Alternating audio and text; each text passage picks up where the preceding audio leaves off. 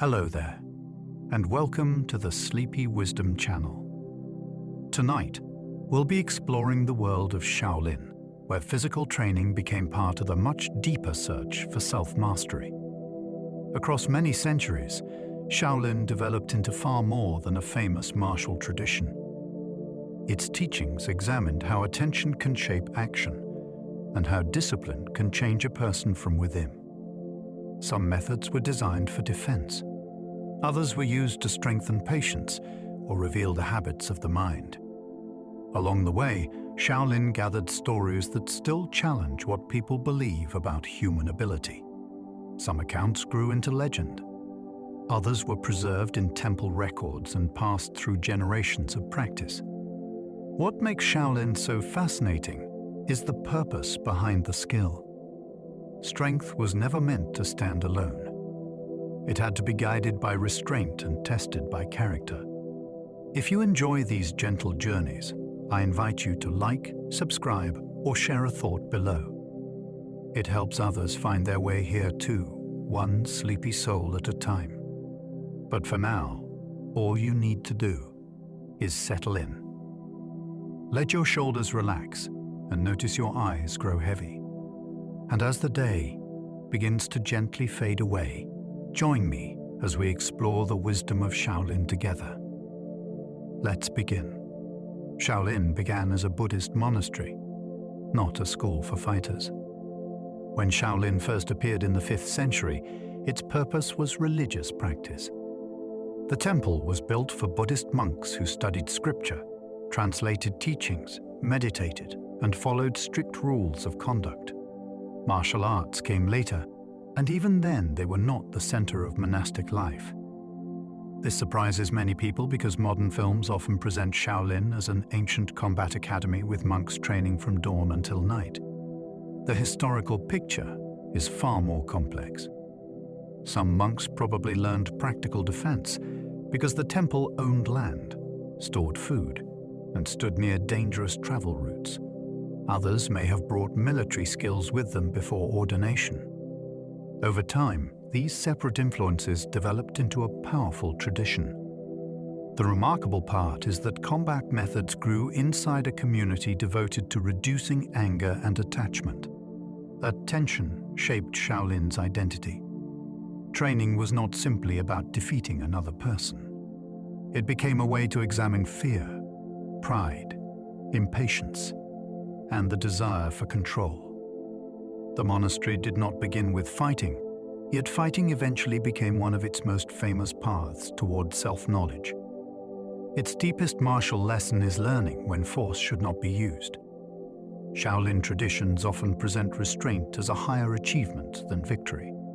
A person who can strike quickly but cannot control anger is considered unfinished. This idea changes the meaning of martial skill. Training does not exist only to increase power. It is meant to make power answerable to judgment. In many stories, the true test arrives before a fight begins. The practitioner must notice whether fear is exaggerating the threat or whether pride is demanding a response. That pause can be more difficult than any physical technique.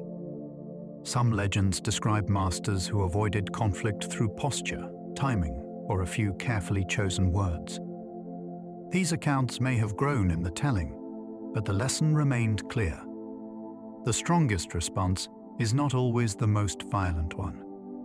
This principle also explains why Shaolin teaching places such importance on discipline outside training. A person who behaves recklessly in ordinary life cannot be trusted with dangerous knowledge. Force becomes meaningful only when it serves protection rather than ego. The highest skill is not proving what the body can do. It is knowing what the situation truly requires. Bodhidharma shaped Shaolin spirituality, but legends greatly expanded his martial role. Bodhidharma is one of the most mysterious figures linked with Shaolin. Tradition remembers him as an Indian monk who traveled to China and taught a direct form of Buddhist practice. Centuries later, stories began crediting him with creating exercises that strengthened weak monks and eventually became Kung Fu. Historians question this martial connection because the earliest records do not describe him as a combat teacher.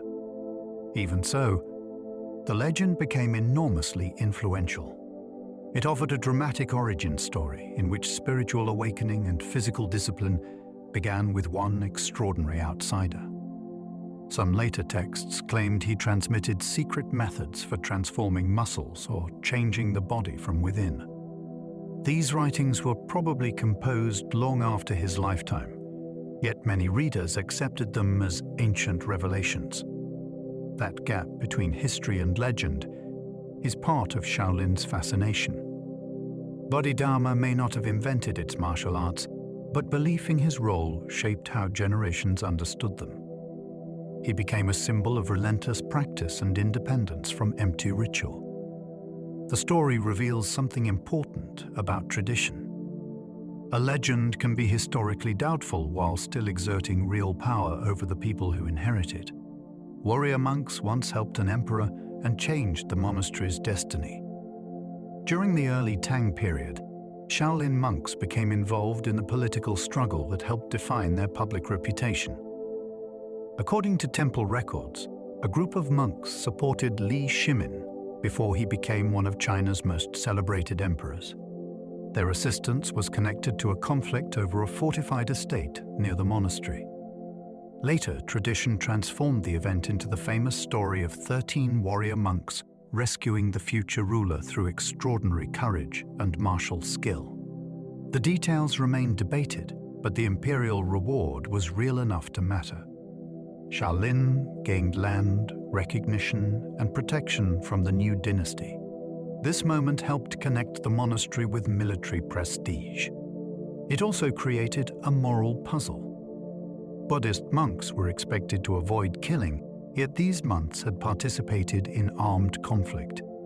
Supporters later argued that they acted to restore order and protect others from greater harm. Critics might see a convenient justification for political involvement. Either way, the episode changed Shaolin forever. It proved that a monastery could become a religious center while also influencing the fate of rulers. That unusual combination made Shaolin unlike almost any other Buddhist institution. Chan practice turns every movement into training for complete awareness. At Shaolin, spiritual practice was not limited to sitting still. Chan Buddhism taught that awareness could be cultivated during ordinary activity. A monk sweeping the floor could observe distraction just as clearly as a monk seated in meditation. Martial training extended this principle into movement under pressure. Every step exposed hesitation. Every strike revealed whether the mind had rushed ahead of the body. Every mistake created immediate feedback. This made physical practice a demanding laboratory for attention. Some practitioners describe a state in which action occurs without internal commentary. The body responds directly because thought is no longer interfering with timing. Modern audiences sometimes treat this as mystical, but it can also be understood through deep familiarity and trained concentration. The unusual part is how Shaolin joined this experience to Buddhist inquiry. A movement was not valuable only because it worked in combat. It was valuable because it showed how the mind creates tension or loses contact with the present. This approach turns training into more than exercise. It becomes a way of observing consciousness through the body. The smallest motion can reveal whether a person is truly awake or merely repeating a habit. Shaolin discipline aims to conquer inner disorder before facing outer conflict.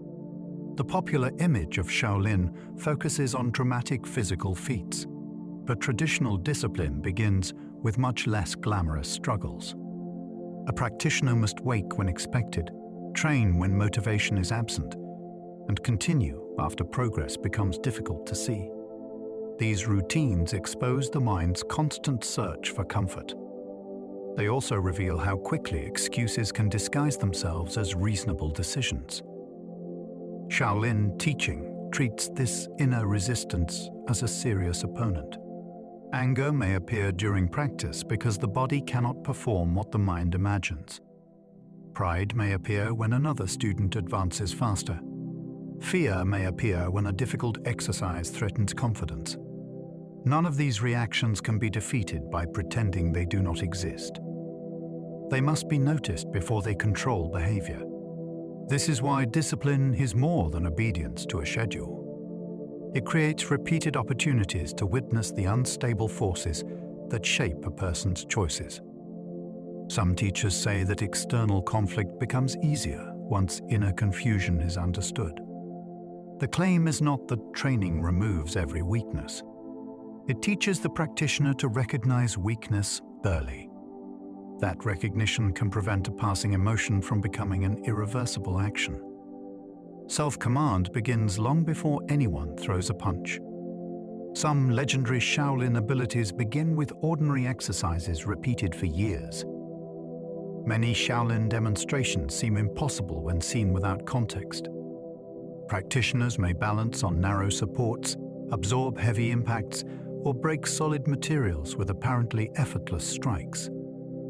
Stories surrounding these feats often describe secret energy or hidden knowledge unavailable to ordinary people. The truth is usually more interesting. Extraordinary results can grow from simple drills performed with unusual consistency. Bone, muscle, balance, timing, and pain tolerance all change when training progresses carefully over long periods. A beginner might tap a surface lightly each day. Years later, that same hand may deliver force with remarkable precision. The transformation looks sudden, only because the audience does not see the thousands of uneventful sessions that created it. Some displays also use favorable angles or carefully selected materials, which can make them appear more mysterious than they are. Yet this does not make the achievement meaningless. The real secret may be the willingness to repeat something ordinary until it becomes exceptional. Shaolin legends exaggerate this process into tales of near superhuman power. Beneath the exaggeration stands a demanding lesson.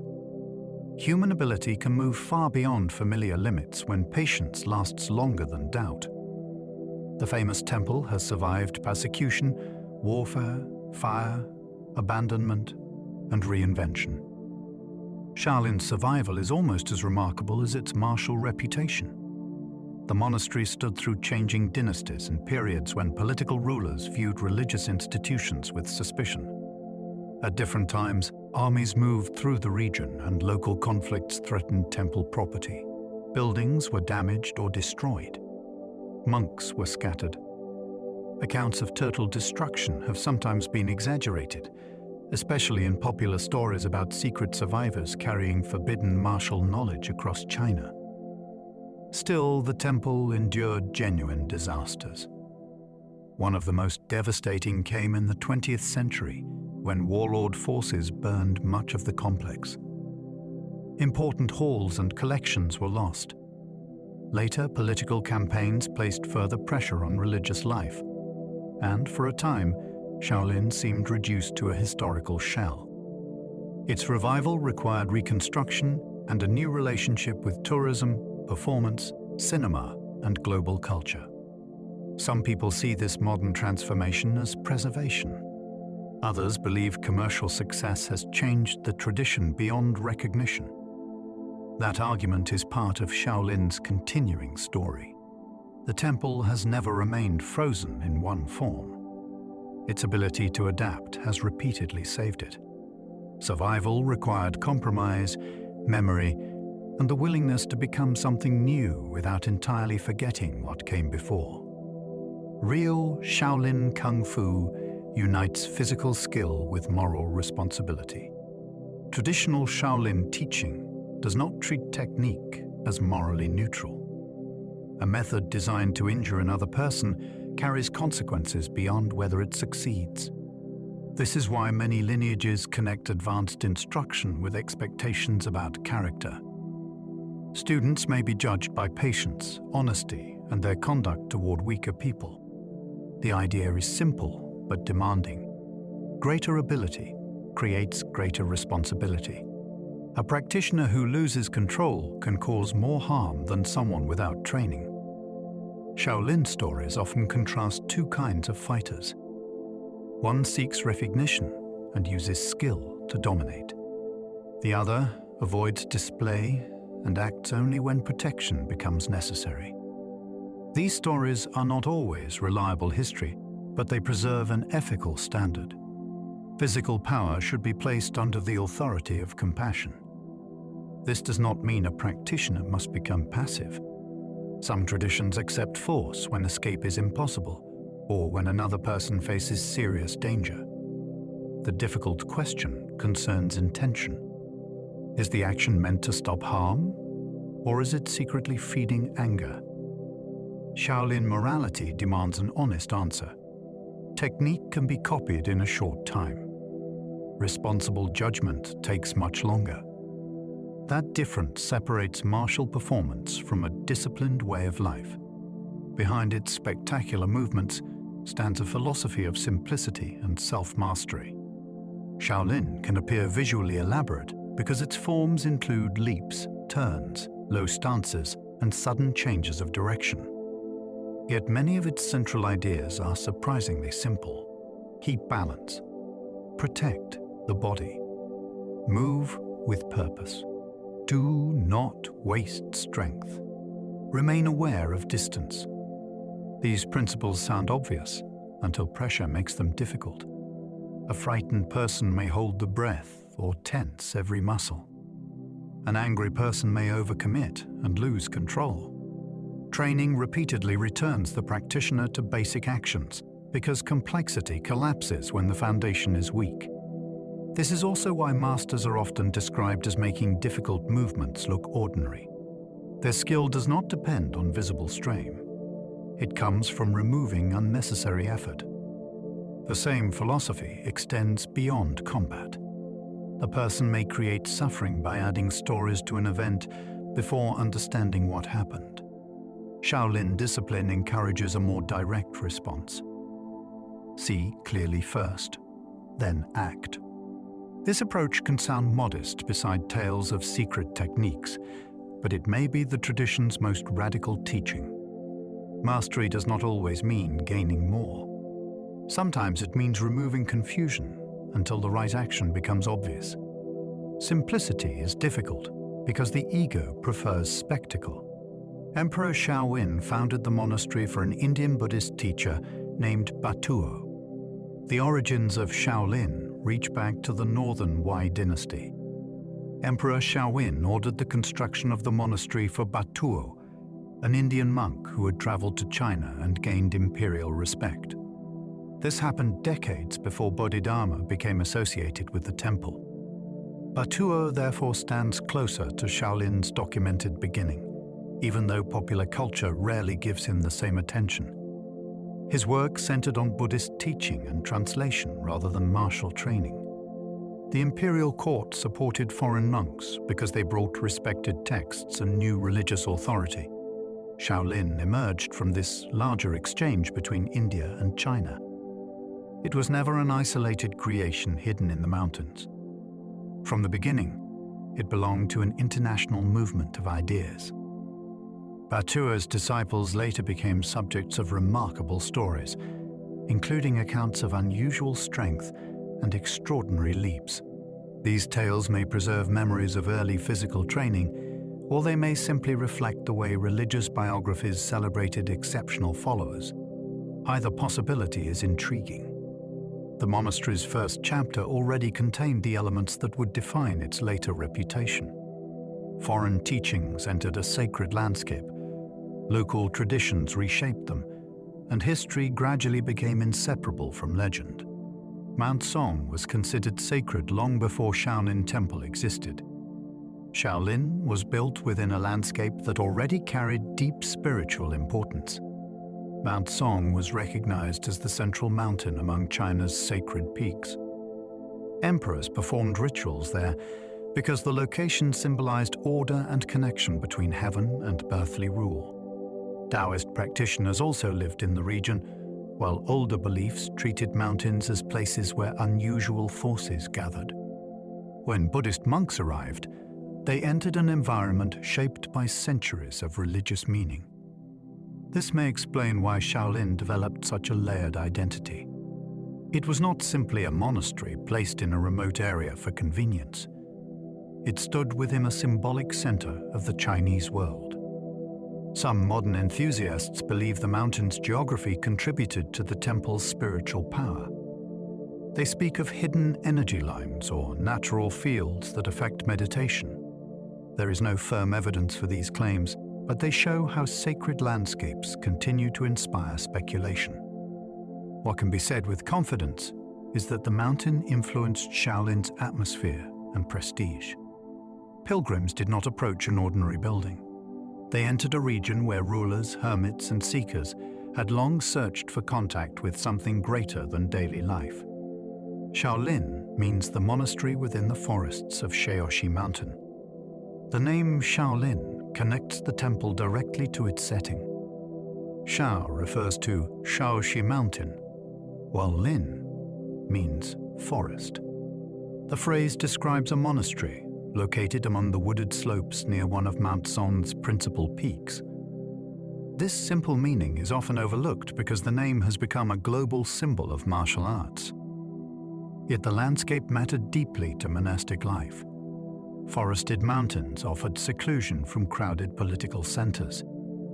They also provided space for meditation, farming, travel, and physical training. Steep paths strengthened the legs before formal exercise even began. Seasonal hardship demanded endurance that city life might not require. Popular stories sometimes imagine the surrounding woods as secret training grounds where monks tested hidden techniques beyond the sight of outsiders. There is little evidence for the most dramatic versions, but remote terrain certainly made private practice possible. The name also suggests a broader idea. Shaolin identity was shaped by place as much as doctrine. Its buildings could burn and its residents could scatter, yet the mountain remained. This may be one reason the monastery repeatedly returned after periods of destruction. The location itself carried memory. To rebuild there was to reconnect with an older source of authority. Batua's earliest disciples became renowned for scholarship, meditation, and unusual physical ability. Two early disciples linked with Batuo were Sengchu and Huiguan. Both became respected Buddhist figures, yet stories about Sengchu also describe remarkable strength and agility. One account claims that he could leap high enough to strike a beam overhead. Another says he trained intensely after being humiliated by stronger companions. These details may have been exaggerated by later writers who wanted to present spiritual dedication through physical transformation. Even so, they are fascinating because they predate the familiar legend of Bodhidharma, teaching martial exercises at Shaolin. Sengchu's story suggests that demanding bodily practice may have existed around the monastery much earlier than many people assume.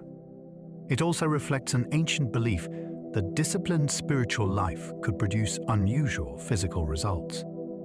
In religious biographies, extraordinary ability often served as evidence of inner attainment. Modern readers may separate meditation from athleticism, but early Chinese Buddhist culture did not always draw such a firm boundary. The body could become part of the path. Whether Seng Tu truly performed the feats attributed to him is impossible to know. What matters is that Shaolin's earliest memory already celebrated a monk whose transformation appeared both spiritual and physical. Ancient monks studied scripture alongside demanding routines of work and discipline. Monastic life required far more than meditation. Shaolin monks lived within an organized community that depended on rules, labor, study, and shared responsibility. They copied texts, maintained buildings, worked with food, and performed ceremonies according to set schedules. A newcomer could not simply arrive and begin learning secret techniques. Religious training came first. The discipline of daily life was designed to weaken selfish habits by placing the individual inside a larger order. Repeated tasks tested attention because boredom made carelessness easy. Physical work also prevented spiritual practice from becoming detached from reality. A monk might spend hours studying profound teachings and then be required to clean a floor correctly. That contrast was intentional. Understanding had to survive contact with ordinary duties. Later martial traditions inherited this respect for routine. Basic exercises were repeated long after students wanted more advanced material. Some people interpret this as a method for hiding knowledge from the impatient. Others see it as a way to prove that character can endure repetition. The deeper lesson is practical. Grand ideas mean little when a person cannot meet simple responsibilities. Shaolin discipline made everyday conduct the first test of any higher claim. Bodhidharma taught direct insight rather than dependence on words alone. Chan Buddhism became famous for the claim that awakening could not be reached through intellectual knowledge alone. Bodhidharma was later presented as the great transmitter of this uncompromising approach. According to tradition, he challenged monks who relied too heavily on scripture while failing to examine their own minds. Words could point toward truth, but they could not replace direct experience. This idea produced some of the strangest teaching stories in Buddhist history. Masters gave unexpected answers or remained silent when students demanded explanations. The purpose was not to create confusion for its own sake. It was to interrupt the mind's habit of treating concepts as reality. Shaolin martial practice developed a similar principle. Reading about balance does not create balance. Memorizing a technique does not make it appear under pressure. Understanding must enter the body through experience. Some people have taken this teaching further and claimed that Shaolin preserved a secret wisdom transmitted outside written history. Evidence for a single hidden doctrine is weak, but the possibility continues to attract attention. The deeper mystery may be simpler. Certain truths cannot be handed over as information. They must be discovered through sustained contact with one's own reactions. 9 years of wall meditation became central to Bodhidharma's Shaolin legend. One of the most enduring stories says Bodhidharma meditated facing a wall for 9 years. In some versions, he remained so still that his shadow became marked upon the stone. A cave near Shaolin is traditionally identified as the place where this practice occurred. Pilgrims have visited it for centuries, and an image believed to resemble his form became an object of reverence. Historians cannot confirm the event, and the earliest accounts do not provide the full dramatic story known today. Yet the legend communicates an extreme idea of commitment. Bodhidharma does not negotiate with discomfort or demand quick results. He remains until the ordinary boundaries of patience seem to disappear. Later, tales pushed the story even further. One claims that his legs withered away from sitting, which supposedly inspired the rounded shape of Daruma dolls in Japan. Another says he cut off his eyelids after falling asleep, and tea plants grew where they landed. These stories are not literal history, but they reveal how cultures used him to explain wakefulness and determination. The wall became more than a surface. It represented the mind meeting resistance without escape. That image still defines serious practice. Huike supposedly sacrificed an arm to prove his commitment to awakening. The story of Huike begins with rejection. He approached Bodhidharma and asked for instruction, but the teacher refused to accept him. Huike remained outside through freezing weather to demonstrate his seriousness. According to the most dramatic version, he cut off one arm and offered it as proof of commitment. Bodhidharma then agreed to teach him. Historians doubt that the event happened exactly this way, and some believe Huike may have lost the arm through punishment or violence unrelated to the legend. Still, the story became one of Chan Buddhism's most powerful images. It warns that awakening cannot be treated as casual entertainment. The seeker must be willing to surrender something deeply protected. Modern teachers usually interpret the sacrifice symbolically, rather than encouraging physical harm. The severed arm can represent attachment to comfort, reputation, or certainty. Shaolin culture absorbed this severe model of dedication, and later training legends often featured students enduring extreme tests before gaining access to secret knowledge. Such stories can be dangerous when taken literally.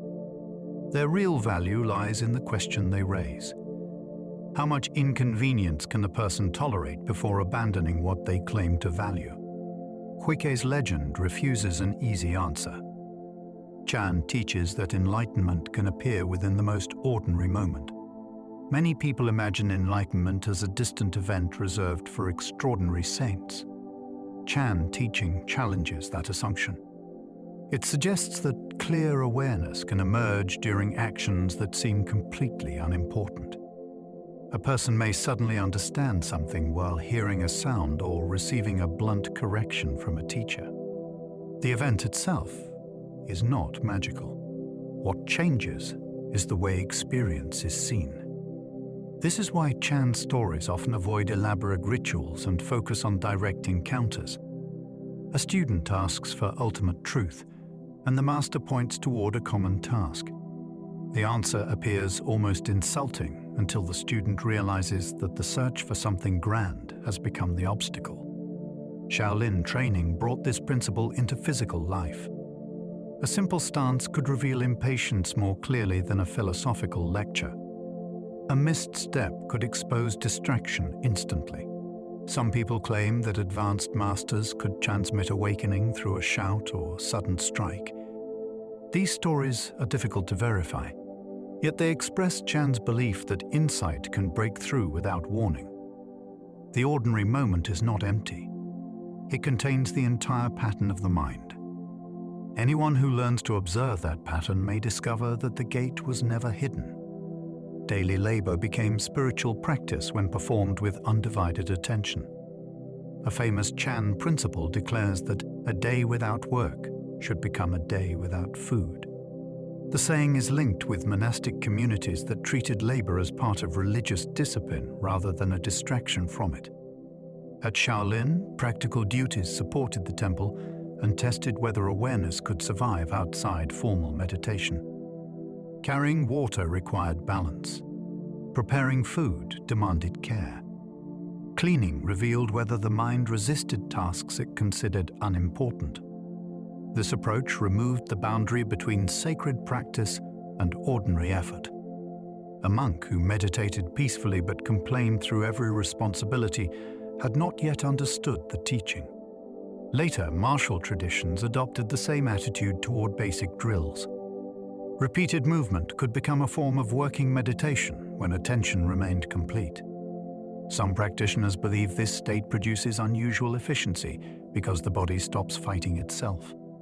Others describe it as a doorway into experiences where time seems to change. These reports may reflect intense concentration rather than anything supernatural, but they remain compelling. The task becomes absorbing enough that the usual sense of self grows quieter. Daily work then reveals a hidden possibility. Transformation may not require escaping ordinary life. It may begin when ordinary life is finally given full attention. Martial training gave monks a practical way to study fear. Fear is easy to discuss while sitting safely, but training forces it into the open. A fast strike approaching the face can expose reactions that remain hidden during calm reflection. The shoulders rise, the breath shortens, the eyes close. The mind invents danger before contact even occurs. Shaolin practice used controlled pressure to make these habits visible without allowing panic to rule the lesson. A student learned to remain present while the body demanded escape. Over time, fear became information rather than a command. It showed where attention had collapsed and where preparation was incomplete. Some teachers believed this process revealed more than combat readiness. It demonstrated how imagination can magnify suffering before anything has happened. The same mind that flinches at a harmless practice strike may also create disasters from an uncertain future. Training offered a direct way to interrupt that pattern. The goal was never to become fearless. Complete absence of fear can make a person careless. The aim was to feel the warning clearly, while preserving the freedom to choose a measured response. Repetition was valued because character appears when excitement disappears. A new technique can feel thrilling during the first few lessons. The real test begins when novelty fades and the same movement returns again. Shaolin training often required hundreds of careful repetitions because boredom exposed the student's actual relationship with discipline. Some began rushing. Others became careless or searched for something more impressive.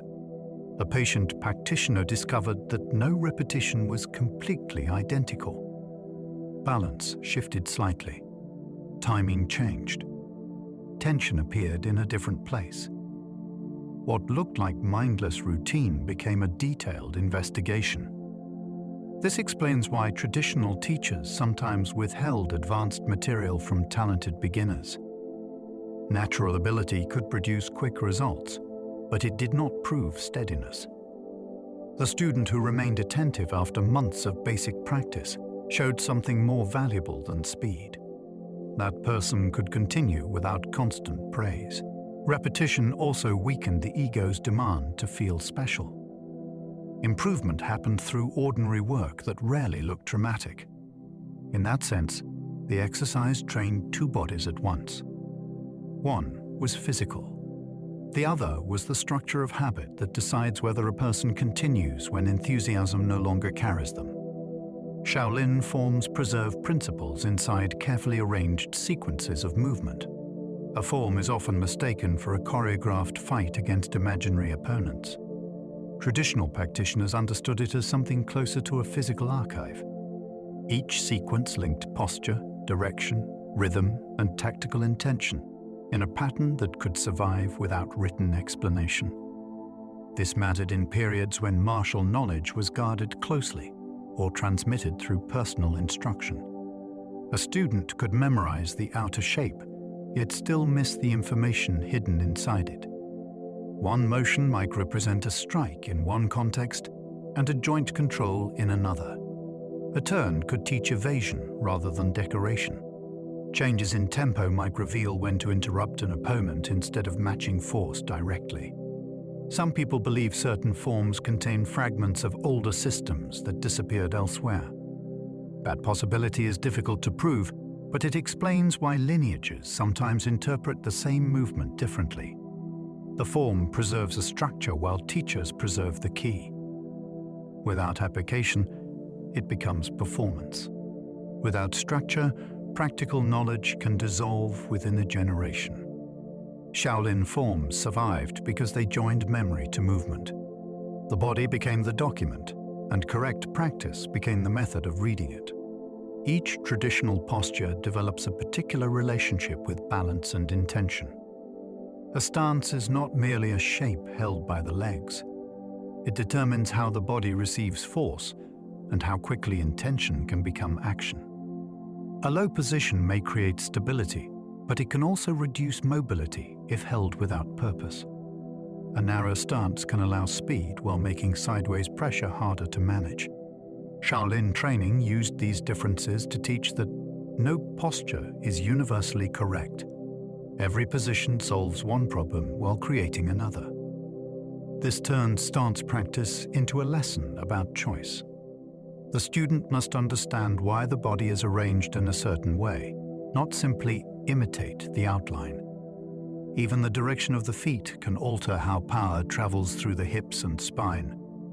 Traditional teachers often corrected tiny errors because a small misalignment could weaken the entire structure.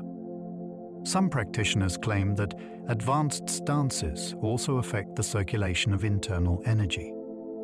Whether understood through anatomy or traditional theory, the practical result is similar. Alignment changes what the body can express.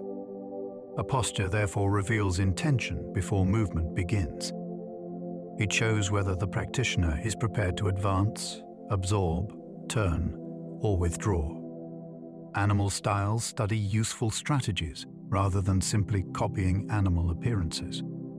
The animals associated with Shaolin are often presented as theatrical imitations. In serious practice, the deeper purpose is strategic. A tiger does not inspire a student merely to shape the hands like claws. It represents a way of entering conflict with committed structure. A crane suggests distance and precise timing. A snake points toward narrow pathways and flexible control. The animal becomes a memorable model for organizing decisions under pressure. This may explain why similar creatures appear in different Chinese systems without producing identical techniques. Each lineage selected the qualities it considered most useful. Some stories claim that monks created these methods by watching animals fight in the temple grounds. That may have happened in limited cases, but the broader tradition probably developed through generations of observation and symbolic teaching. The fascinating part is how these models influence the mind. A student who adopts an animal strategy changes rhythm and emotional attitude before changing technique. The method becomes a temporary personality designed for a particular problem. This is not fantasy. It is a practical way to escape predictable habits by borrowing another pattern of movement and decision. Tiger methods traditionally emphasize courage, structure, and decisive forward pressure. Tiger practice is built around commitment. The student learns to enter with the whole body rather than reaching with isolated strength. Strong stances support direct attacks, while claw-shaped hands can represent gripping, tearing, or controlling actions. Yet the central quality is psychological. A tiger method cannot be performed convincingly by someone who withdraws halfway through the movement. This does not mean charging blindly. True commitment begins after distance and timing have been judged. Once the decision is made, hesitation must disappear. Traditional teachers used these methods to develop confidence in students who became passive under pressure. The training encouraged them to occupy space and direct force through a stable frame. Some legends describe tiger specialists who could damage muscles with a single gripping action. Such claims are difficult to verify, but they reflect the style's reputation for concentrated power. The larger teaching reaches beyond fighting. Many failures occur because a person acts with divided intention.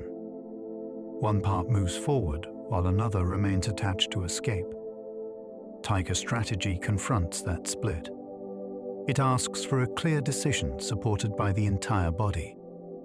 Crane methods cultivate precision, balance, distance, and economical movement. Crane strategy begins from a different assumption. Strength should not be spent where timing can solve the problem. The practitioner uses upright balance and careful distance to avoid becoming trapped in a contest of force. Long movements can intercept an attack before it reaches full power. Narrow hand shapes target exposed areas with accuracy rather than broad impact. One leg may be raised to protect the lower body or prepare a sudden kick, though the famous pose is more than a visual symbol. It tests whether the body can remain organized while its base becomes smaller. Crane training, therefore, rewards composure. A rushed movement destroys the very advantage the method is trying to create. Some traditions connect crane practice with longevity because the bird appears calm and controlled. That symbolic association may be older than the martial system itself. In practical terms, the style teaches an important truth. The person who controls distance often controls the encounter. Power becomes less useful when it cannot arrive. Crane methods turn this principle into a discipline of restraint, where the smallest successful action is preferred over unnecessary struggle. Snake methods favor sensitivity, accuracy, flexibility, and attacks through narrow openings. Snake-inspired practice rejects the idea that every obstacle must be met head-on. Its movements search for spaces that larger actions overlook. The hands may travel along curved paths before entering through a small opening in the guard. The body remains flexible, so it can change direction without announcing the change too early. Finger strikes are often associated with the style, though such methods require careful conditioning and precise control. The more important lesson lies in sensitivity. A practitioner learns to feel where resistance is weak rather than forcing movement through the strongest point. Some schools connect snake training with breath and internal concentration. They describe power that seems soft until the moment of contact. Skeptics may dismiss the language, but the physical principle is understandable. Relaxation allows speed, while tension is added only when needed. Snake methods also cultivate patience. The practitioner does not attack merely because an opponent is close. The right opening must appear first. This creates a strategic temperament that values observation over display. Success comes from entering where resistance is least prepared to exist. Leopard methods traditionally combine speed with sudden bursts of concentrated power. Leopard strategy occupies the space between heavy tiger force and delicate snake precision. It favors rapid combinations delivered with a compact hand shape that concentrates impact through a smaller surface. The body stays mobile, allowing the practitioner to strike from changing angles without settling into a prolonged exchange. This makes the style feel explosive rather than crushing. Traditional explanations often describe the leopard as smaller than the tiger, but more dependent on speed and surprise. The martial lesson follows that image. A person does not need the greatest mass when timing and acceleration are used intelligently. Leopard training can also develop the ability to recover quickly after each action. One strike should prepare the next, rather than leaving the body extended and vulnerable. Some practitioners associate the method with controlled aggression because hesitation destroys its rhythm. Yet uncontrolled fury is equally damaging. The burst must be directed. The style therefore teaches a difficult balance between intensity and precision. It invites the practitioner to act decisively without becoming reckless. Power appears briefly, lands where intended, and disappears before resistance can organize itself. Dragon methods represent adaptability rather than the imitation of a physical creature. Unlike the other animals, the Chinese dragon does not come from direct observation of nature. It belongs to mythology and represents change, authority, and forces that cannot be reduced to one shape. Dragon methods reflect this freedom. Their movements often spiral, rise, sink, and redirect power through the whole body. The practitioner may appear soft in one moment before becoming forceful in the next. This unpredictability is the point. A fixed strategy becomes easy to read, while adaptive movement refuses to remain in one category. Some traditions associate dragon practice with internal training because the body must coordinate complex changes without obvious muscular effort. Breath guides rhythm, and attention travels through the movement before power is released. Legends sometimes claim that dragon methods were reserved for advanced students who had already understood the other animals. Whether that was universally true is uncertain. The symbolic logic is compelling. A real animal offers one specialized lesson. The dragon combines possibilities that ordinary creatures cannot. It teaches that mastery is not loyalty to a single method. It is the ability to change without losing coherence, even when the situation shifts without warning. The staff became Shaolin's signature weapon partly because monks commonly carried one. A wooden staff was practical long before it became iconic. Traveling monks used one for support on rough paths and for moving through uncertain terrain. It could test unstable ground or help manage animals without requiring a blade. Because it was an ordinary object, carrying it did not immediately announce violent intent. that made it especially suitable for religious travelers. In dangerous situations, the same tool could create distance and deliver powerful strikes from either end. Shaolin developed sophisticated staff methods that turned this simple object into a remarkably versatile weapon. Historical accounts eventually linked the monastery so closely with staff fighting that the weapon became part of its public identity. Some stories describe monks defeating armed soldiers without drawing blood, though such tales often carry a moral purpose rather than a reliable record. The staff represents force without an edge. It can still injure or kill, but it offers more possibilities for control than a sword. This fitted the image of a warrior monk who needed to defend life without appearing eager to take it. Walking staffs served as tools, supports, symbols, and means of protection. The monk's staff carried meanings that extended beyond combat. Its rings could announce a traveler's approach so small animals had time to move away. The sound also alerted households that a mendicant monk was nearby. In Buddhist art, a staff often signified pilgrimage and spiritual authority. This made the object part of a monk's identity before anyone considered its defensive value.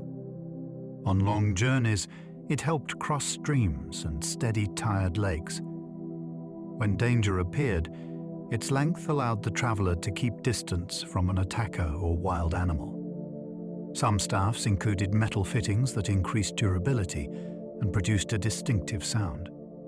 Legends later transformed these practical features into signs of hidden power. A staff might be said to reveal evil or respond to the spiritual strength of its owner. Such claims belong to religious storytelling, yet they show how one object could gather many layers of meaning. The staff was never simply a weapon disguised as a tool. It was a genuine companion of travel that became defensive when circumstances demanded it. Its power came from adaptability rather than concealment. Traditional weapon practice extends the body's awareness beyond the hands. Holding a weapon changes the boundaries of movement. A staff reaches far beyond the fingertips, while a sword introduces an edge that must be tracked with constant precision. The practitioner must learn where the entire object is at every moment, including the parts that cannot be seen directly. This develops a form of spatial awareness that ordinary movement rarely demands. Beginners often focus only on the weapon's tip. Advanced training requires attention to grip, angle, momentum, and the path of recovery after each action. A poorly controlled weapon can endanger the person holding it as easily as the intended target. That risk forces honesty. Small errors become obvious because the object magnifies them. Some teachers describe the weapon as an extension of the nervous system. The phrase may sound mystical, but sustained practice can make the tool feel integrated with the body's internal map.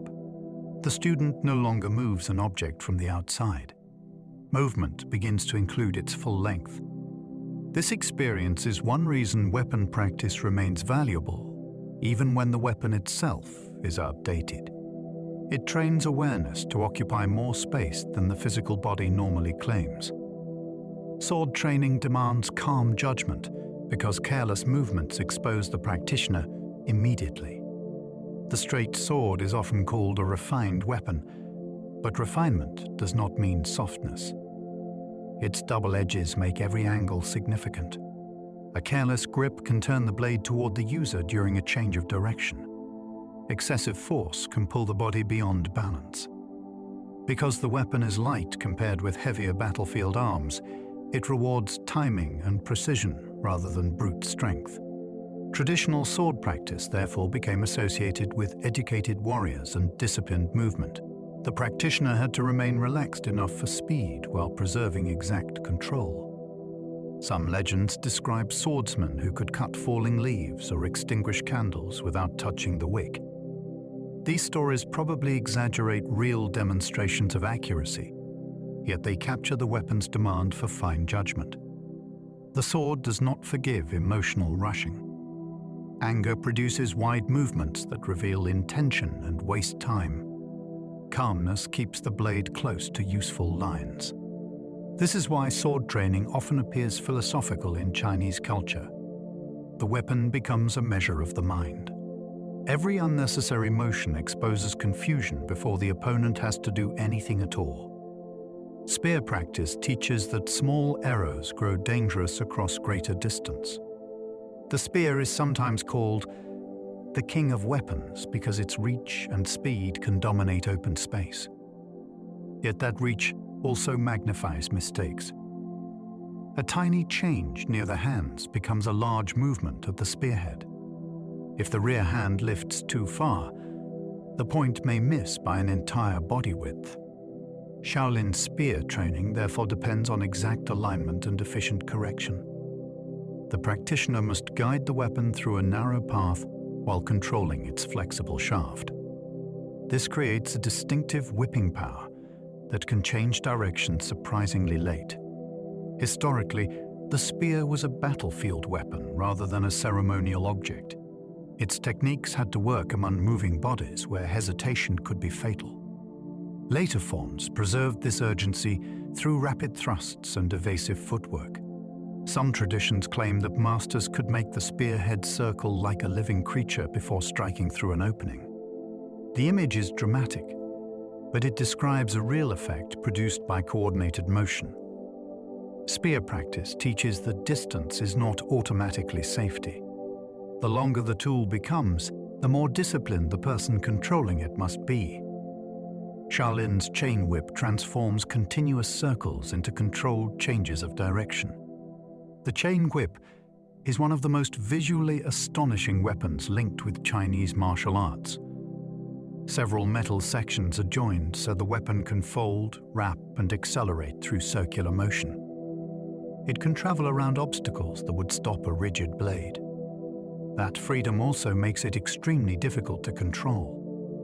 Momentum continues after the hand changes direction, which means the practitioner must guide the chain rather than simply command it.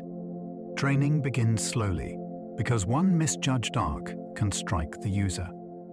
Skilled performers use the body as a series of safe pathways. The chain passes around the neck, shoulders, legs, or waist before being redirected toward a target. These movements can look like dangerous showmanship, yet each circle has a practical purpose. It stores energy or changes the line of attack. Some stories claim the weapon was hidden around the waist and released without warning. That may have occurred, though its noise and complexity make secrecy difficult. The chain whip's real mystery lies in controlled instability. Mastery comes from cooperating with momentum rather than trying to stop it through force. The monk's spade reflects the practical journeys of wandering Buddhist clergy.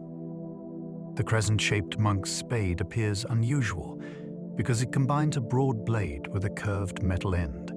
Tradition connects it with traveling monks who needed tools for long journeys through remote regions. One end could dig graves for people or animals found dead along the road.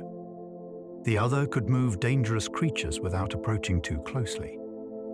Over time, martial systems transformed the implement into a weapon with sweeping cuts and powerful hooking actions. Popular culture often links it with the wandering monk Lu Zhishan from the classic novel Water Margin. His enormous spade became a symbol of fierce strength, guided by rough compassion. Historical versions probably varied greatly, and some may have been created more for ritual or performance than daily travel. Still, the weapon preserves a striking idea. A monk walking far from the temple could carry an object associated with burial and protection rather than conquest. Its design reflects the realities of a world where roads were dangerous and official help was distant. The spade reminds us that religious life sometimes required practical readiness for death, hardship, and unexpected responsibility. Empty hand practice was never the whole of traditional Shaolin training. Modern audiences often identify Kung Fu with unarmed fighting because cinema placed fists and kicks at the center of the spectacle. Historically, weapons were far more important in serious combat. A trained fighter facing a blade with bare hands was at a severe disadvantage. Shaolin practice, therefore, included staffs, spears, swords, sabers, and other tools suited to different ranges. Empty-hand methods still mattered, but they could prepare the body for weapon use by developing balance and coordinated power. Many hand techniques also mirrored actions performed with an object. A parry might resemble guiding a spear. A chopping motion could preserve the mechanics of a blade. This suggests that some unarmed forms were shaped by weapons rather than the other way around. There is also evidence that monks learned archery and military skills when circumstances required them. The popular image of bare-handed warriors defeating armed enemies belongs largely to legend. Those legends are inspiring because they make discipline appear stronger than steel. The practical tradition was less romantic. It recognized that survival depended on using the best available tool while understanding what happened when that tool was lost. Some routines were created to preserve tactics without written military manuals. Knowledge becomes vulnerable when it depends entirely on books. Texts can burn or be confiscated. They can also be misunderstood by readers who lack direct instruction. A martial routine offered another way to preserve information. Tactical choices could be embedded in movement and memorized through daily practice. The sequence might record how to enter from an angle or how to recover after a failed attack. Outsiders could watch the form without understanding what each action represented. This made the body a secure container for knowledge. Some people believe certain Shaolin routines hide entire battlefield systems beneath ceremonial appearances. The strongest versions of that claim are difficult to prove, but coded transmission was certainly possible. Martial teachers often used names and images that concealed practical meaning from casual observers. A movement described as lifting the moon might actually redirect a weapon. The poetic label protected the technical lesson while making it easier to remember. The danger was that meaning could disappear if the final teacher died without explaining it.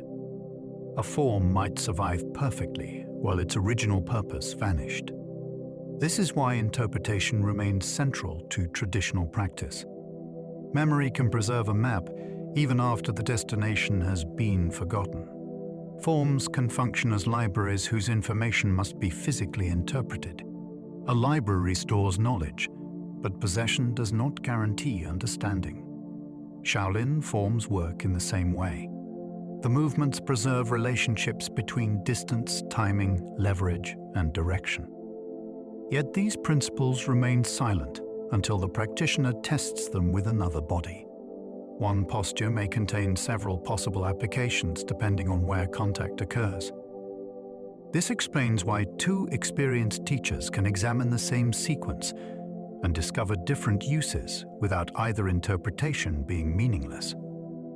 The form sets boundaries, but it does not provide a single mechanical answer. Some lineages speak of hidden doors within familiar movements. A student may practice for years before a teacher reveals that an apparent block is actually a throw or lock. Skeptics sometimes view this as retroactive invention. In some cases, it may be. In others, the layered design is genuine. Physical knowledge often resists simple translation into words because pressure changes everything. The angle that seems obvious in the air may fail against resistance. Interpretation, therefore, requires experiment.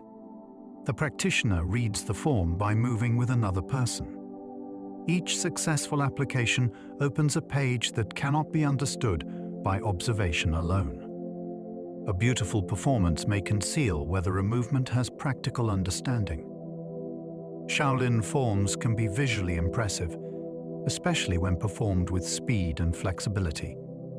High kicks, deep stances, and explosive jumps create an immediate sense of mastery. If appearance can hide a serious weakness. A performer may reproduce every shape while lacking any understanding of distance or resistance. This difference becomes clear when another person interrupts the sequence. Practical movement must adapt when timing changes. Performance movement can continue only when the environment cooperates. That does not make performance worthless. It develops athletic control and preserves cultural expression. The problem begins when beauty is mistaken for proof of fighting ability. Traditional teachers sometimes tested students by taking one movement from a form and asking them to use it against pressure. If the student could not explain its purpose, the movement remained empty. Modern competitions often reward height, speed, and visual clarity because these qualities can be judged consistently. Practical understanding is harder to measure. It may look less dramatic because efficient actions are often small. This creates a fascinating paradox. The most impressive practitioner on stage may not be the person who understands the form most deeply. Spectacle attracts the eye, while function often hides in ordinary details. Genuine skill is measured through control rather than dramatic appearance. A powerful technique becomes dangerous when the practitioner cannot stop or redirect it. Shaolin training therefore values control as evidence that ability has matured. The skilled person can strike a target without losing balance. That person can also reduce force at the final moment when practice requires safety. This is harder than simply moving fast. It demands awareness throughout the entire action. Demonstrations sometimes reveal control through precision rather than destruction. A practitioner may stop a staff close to another person's skin or break only a selected object within a stack. Such feats can be arranged for effect, but they still depend on timing and coordination. More important is control during uncertainty. Real situations do not follow rehearsal. An opponent may fall unexpectedly, or a bystander may enter the space. The practitioner must adjust without becoming trapped by the original intention. This principle carries a moral dimension. Anyone can display aggression when circumstances permit it. Mastery appears when power remains available but does not take command. Shaolin tradition repeatedly returns to this standard because spectacle can be copied. Control reveals whether the mind and body are still working together after intensity rises. Advanced practitioners learn to release tension without becoming physically weak. Beginners often assume that strength requires constant muscular effort. They grip tightly and brace the body before movement begins. This feels powerful, yet it slows reaction and drains energy. Shaolin training teaches a more difficult method. The body remains relaxed until structure and force are actually needed. This does not mean becoming limp. The skeleton stays aligned while unnecessary tension is removed. When power is released, the muscles engage in a coordinated wave and then soften again. The result can feel surprising because the movement appears effortless before impact. Traditional language sometimes describes this as soft containing hard. Modern explanations might focus on efficiency and sequencing. Both point toward the same experience. Power increases when the body stops resisting itself. Tension also narrows perception because attention becomes trapped inside effort. A relaxed practitioner can feel changes in contact and respond before pressure becomes overwhelming. Some masters demonstrate this by remaining calm, while others push against them, then redirecting the force with little visible strain. The effect can look mysterious. Its foundation is practical. Weakness comes from collapsed structure. Relaxation removes waste while preserving support. Relaxation matters because unnecessary effort slows movement and exhausts attention. Every extra contraction creates a cost. Tight shoulders make the arms heavier. A clenched jaw can spread tension through the neck.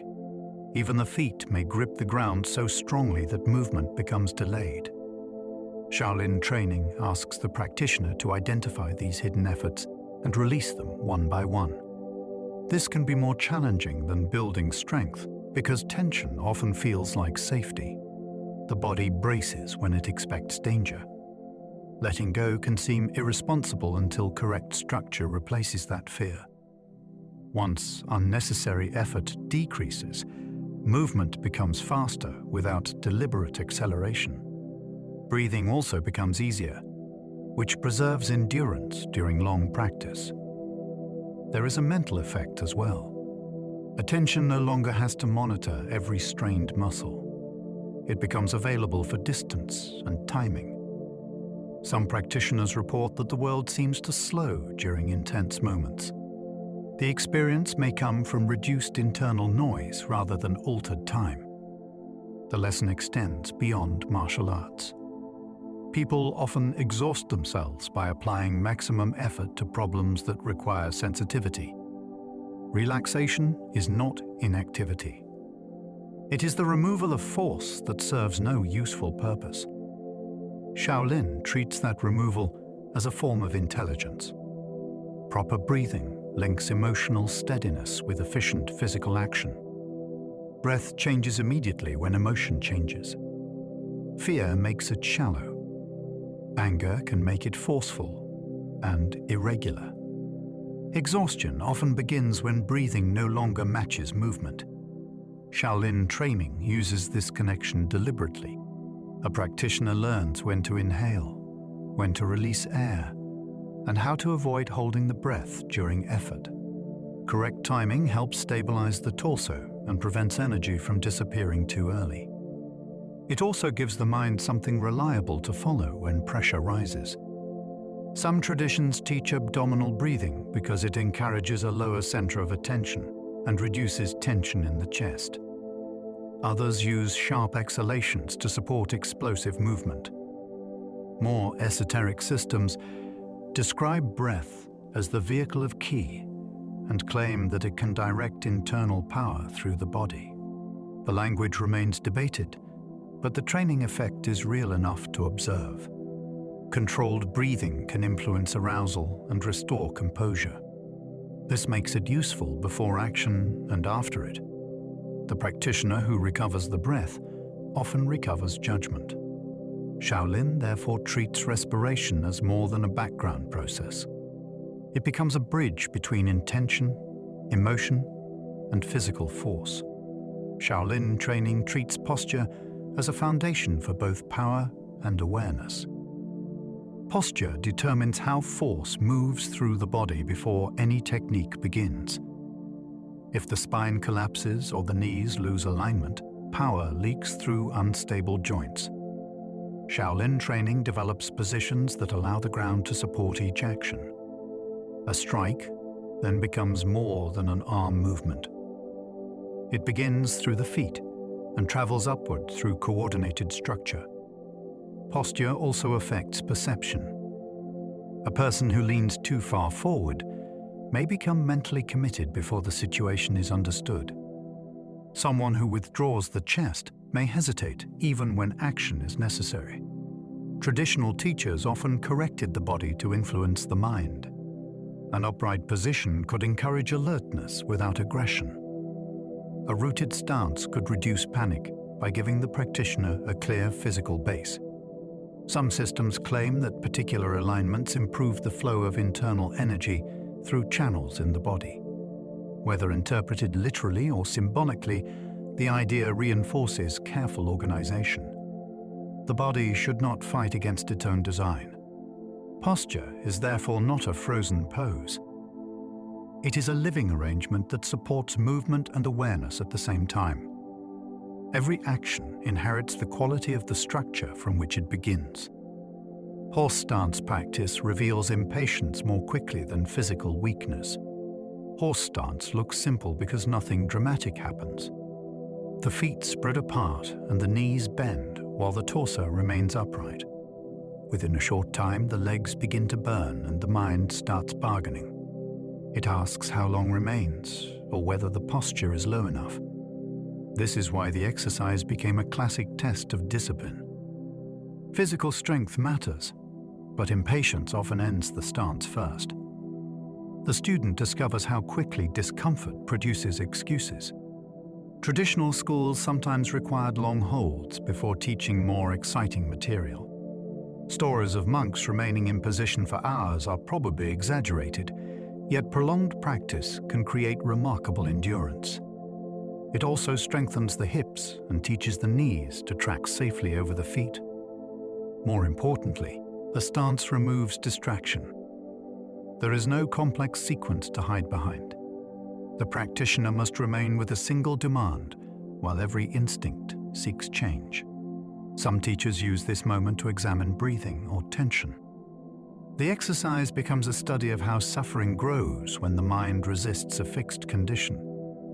The legs may be working, but the deeper training concerns the person deciding whether to continue. Standing still can become harder than performing an impressive technique. Movement gives the mind constant information. A leap or rapid combination creates enough stimulation to hide discomfort and uncertainty. Stillness removes that protection. In standing practice, the practitioner holds an organized posture while observing subtle changes in balance and tension.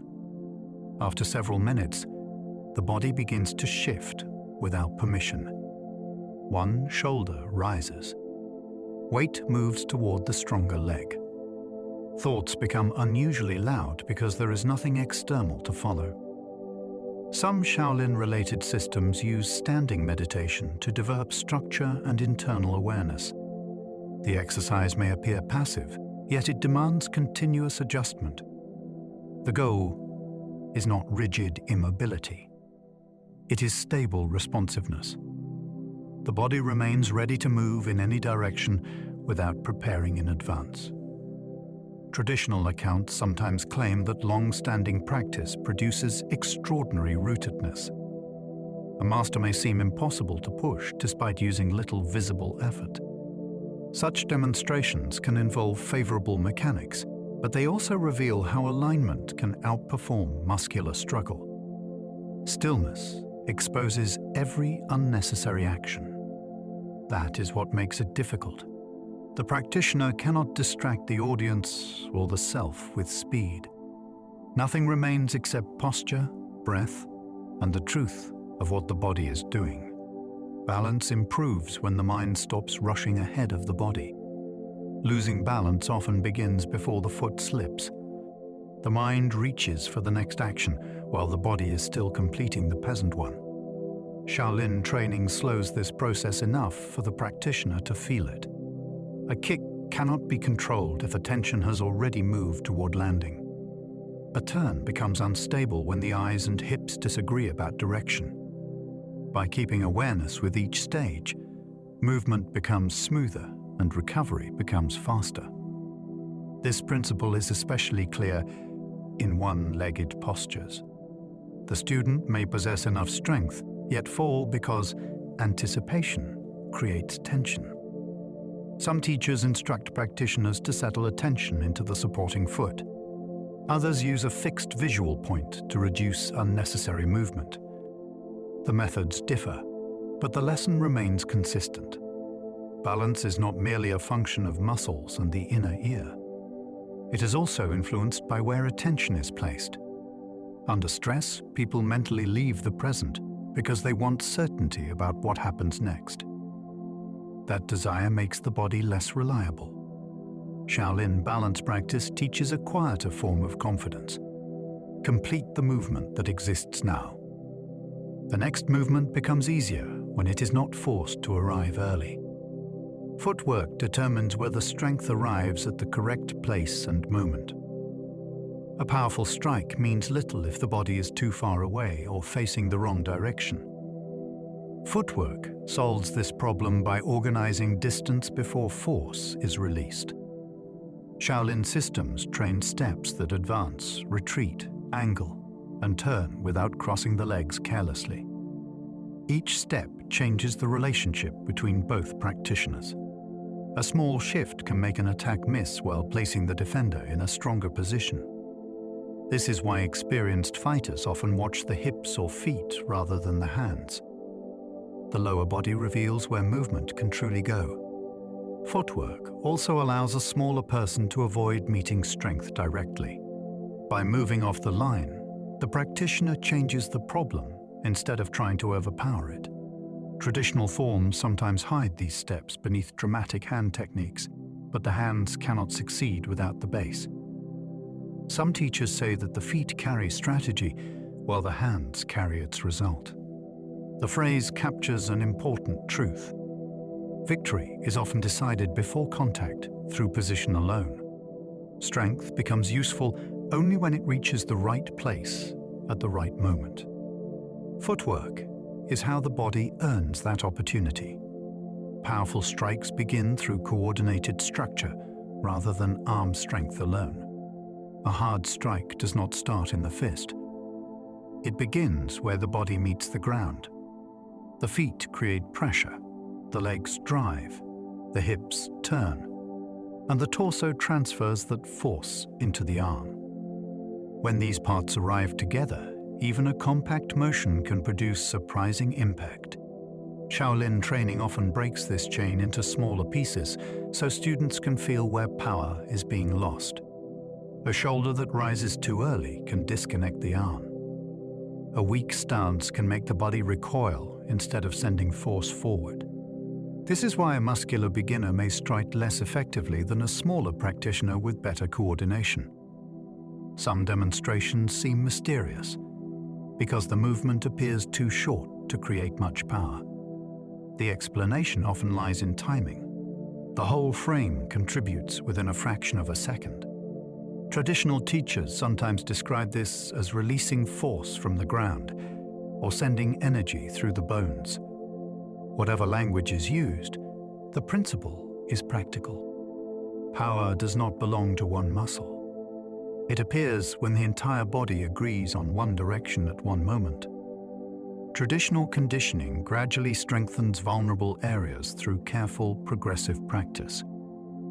Shaolin conditioning is often misunderstood as an attempt to destroy feeling or make the body invincible. Serious practice works differently.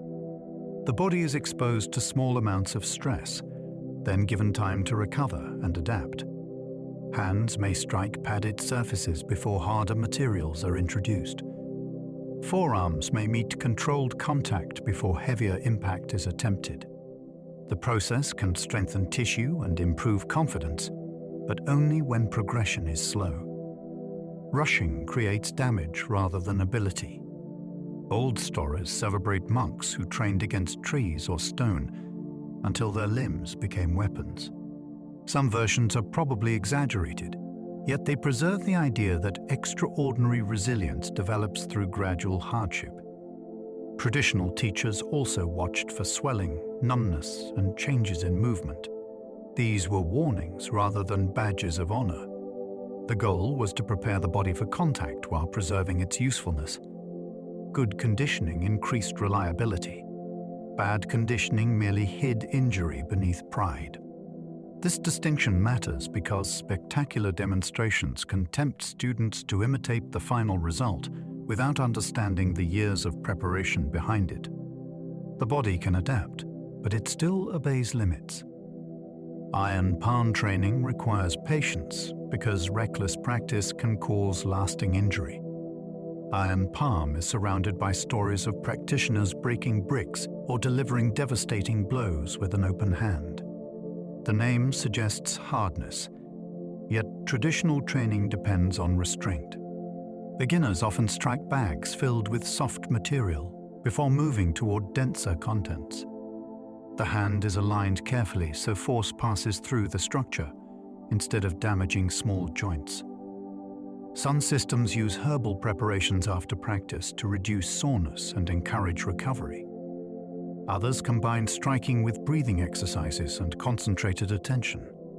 The most dramatic claims say that a master can injure internal organs without leaving a visible mark. Such stories are difficult to verify and may reflect fear surrounding specialized knowledge. What can be observed is that repeated training can improve impact tolerance and accuracy.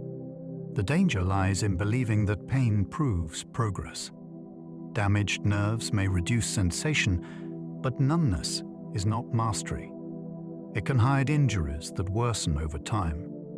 Traditional warnings often say the method should never be learned from a book alone.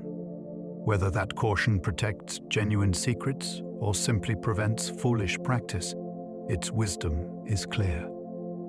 A hand trained to strike must remain healthy enough to serve ordinary life. Iron shirt traditions focus on breath, alignment, conditioning, and controlled impact. Iron shirt practice is often described as a method for making the torso resistant to blows. Popular demonstrations show practitioners absorbing strikes from staffs or allowing heavy objects to be broken across the body. The spectacle can look supernatural, but several elements work together. Breath creates internal pressure. Posture spreads force across a larger area. Muscular timing protects vulnerable structures at the instant of contact. Gradual conditioning reduces panic and improves tolerance. The demonstration is usually aimed at prepared regions rather than fragile organs. Some traditions explain the process through ki, which is said to gather beneath the skin and protect the body. Others interpret the same training through mechanics and nervous system adaptation. The two explanations have been debated for generations. Whatever the theory, success depends on exact preparation. A mistimed breath or poorly angled impact can turn a display into a serious injury. This is why authentic instruction emphasizes limits. Iron shirt was never supposed to mean immunity from harm. It trained the practitioner to receive certain forces under controlled conditions. Its deeper lesson concerns organization. A body that meets pressure as one connected structure can endure more than a body divided by fear. Many extraordinary demonstrations depend on physics as much as physical toughness. A Shaolin performance may appear to defy ordinary human limits, yet the hidden explanation often lies in the arrangement of force. A practitioner lying beneath a heavy stone may be protected because the weight is distributed across a broad surface. A spear pressed against the throat may bend because its shaft absorbs energy, while the body maintains a precise angle. Bricks can break when they contain small flaws or rest in a position that encourages fracture. None of this means the demonstrations are effortless. They still require courage, preparation, and exact control. The fascinating part is how physical laws can be used to create effects that seem impossible. Audiences naturally focus on the dangerous object. The practitioner focuses on contact points and direction. Some performers also choose materials carefully, which has led critics to dismiss every display as trickery. That judgment can be too simple. A method may rely on favorable conditions while still demanding genuine skill. Shaolin demonstrations live in the space between training and theater. Their purpose is not always to reproduce a real fight. Sometimes they reveal how knowledge can make an overwhelming force manageable. Breaking objects reveals preparation and technique, not supernatural invulnerability. When a practitioner breaks a board or brick, the audience sees a single dramatic instant. The real event began much earlier. The material was selected, positioned, and supported in a way that allows force to travel through it. The strike was trained until the contact surface arrived at the correct angle. Speed matters because a hesitant blow spreads pressure without creating a clean fracture. Follow-through matters because the body must act as though the target continues beyond the visible surface. These details explain why an untrained person can injure the hand while failing to break a relatively weak object. Some performers make the feat harder by increasing thickness or reducing support. Others create the appearance of greater difficulty through presentation. Shaolin tradition uses breaking to demonstrate focus and commitment, not proof that the body cannot be harmed. The hand may survive because force passes quickly through the target instead of remaining in the joints. Failure can still cause serious damage. The lesson is not that matter surrenders to willpower alone. It is that knowledge changes how force behaves. A prepared movement can accomplish what raw aggression cannot. Spear-bending demonstrations rely on alignment, distribution, and trained composure. One of the most unsettling Shaolin displays involves placing a spear point against the throat, while another person pushes from the opposite end. The shaft bends dramatically, yet the practitioner remains standing. The effect appears to show skin resisting steel. In reality, the demonstration depends on several controlled conditions. The spear is usually flexible enough to bend before penetrating. The point rests against a carefully chosen area rather than the center of the windpipe. The body aligns so pressure travels downward through the frame. Muscles in the neck tense at the correct moment, while the practitioner controls breathing and panic. None of this removes danger. A small change in angle could cause severe injury. That risk is why the display should never be copied without expert supervision. Traditional explanations may describe Kai concentrating at the contact point. Modern observers emphasize mechanics. Both agree that mental composure is essential. Fear could make the practitioner jerk away and convert steady pressure into a cutting motion. The feat is therefore not simply about toughness. It is a test of remaining organized while the body receives an unmistakable signal of threat. Shaolin legend sometimes describes spiritual ideals through impossible physical achievements. Stories of monks running across water or balancing on blades are not always meant to be read as technical reports. They often express moral qualities through exaggerated ability. A master who becomes light enough to cross a lake may represent freedom from attachment. A monk who withstands extreme pain may symbolize complete command over fear. Over time, audiences can forget this symbolic purpose and begin searching for literal secret methods. That change has helped create entire industries around lost techniques and hidden energy. Some people believe ancient practitioners possessed knowledge that modern life has erased. Others see the legends as teaching stories that were never intended to survive scientific examination. Both views reveal the power of Shaolin mythology. The impossible feat invites attention, but the real subject is often character. Legends give inner transformation of visible form. Patience becomes endurance. Awareness becomes supernatural perception. Discipline becomes a body that appears beyond ordinary limitation. This does not make the stories worthless. Myth can preserve ideals more effectively than a list of rules.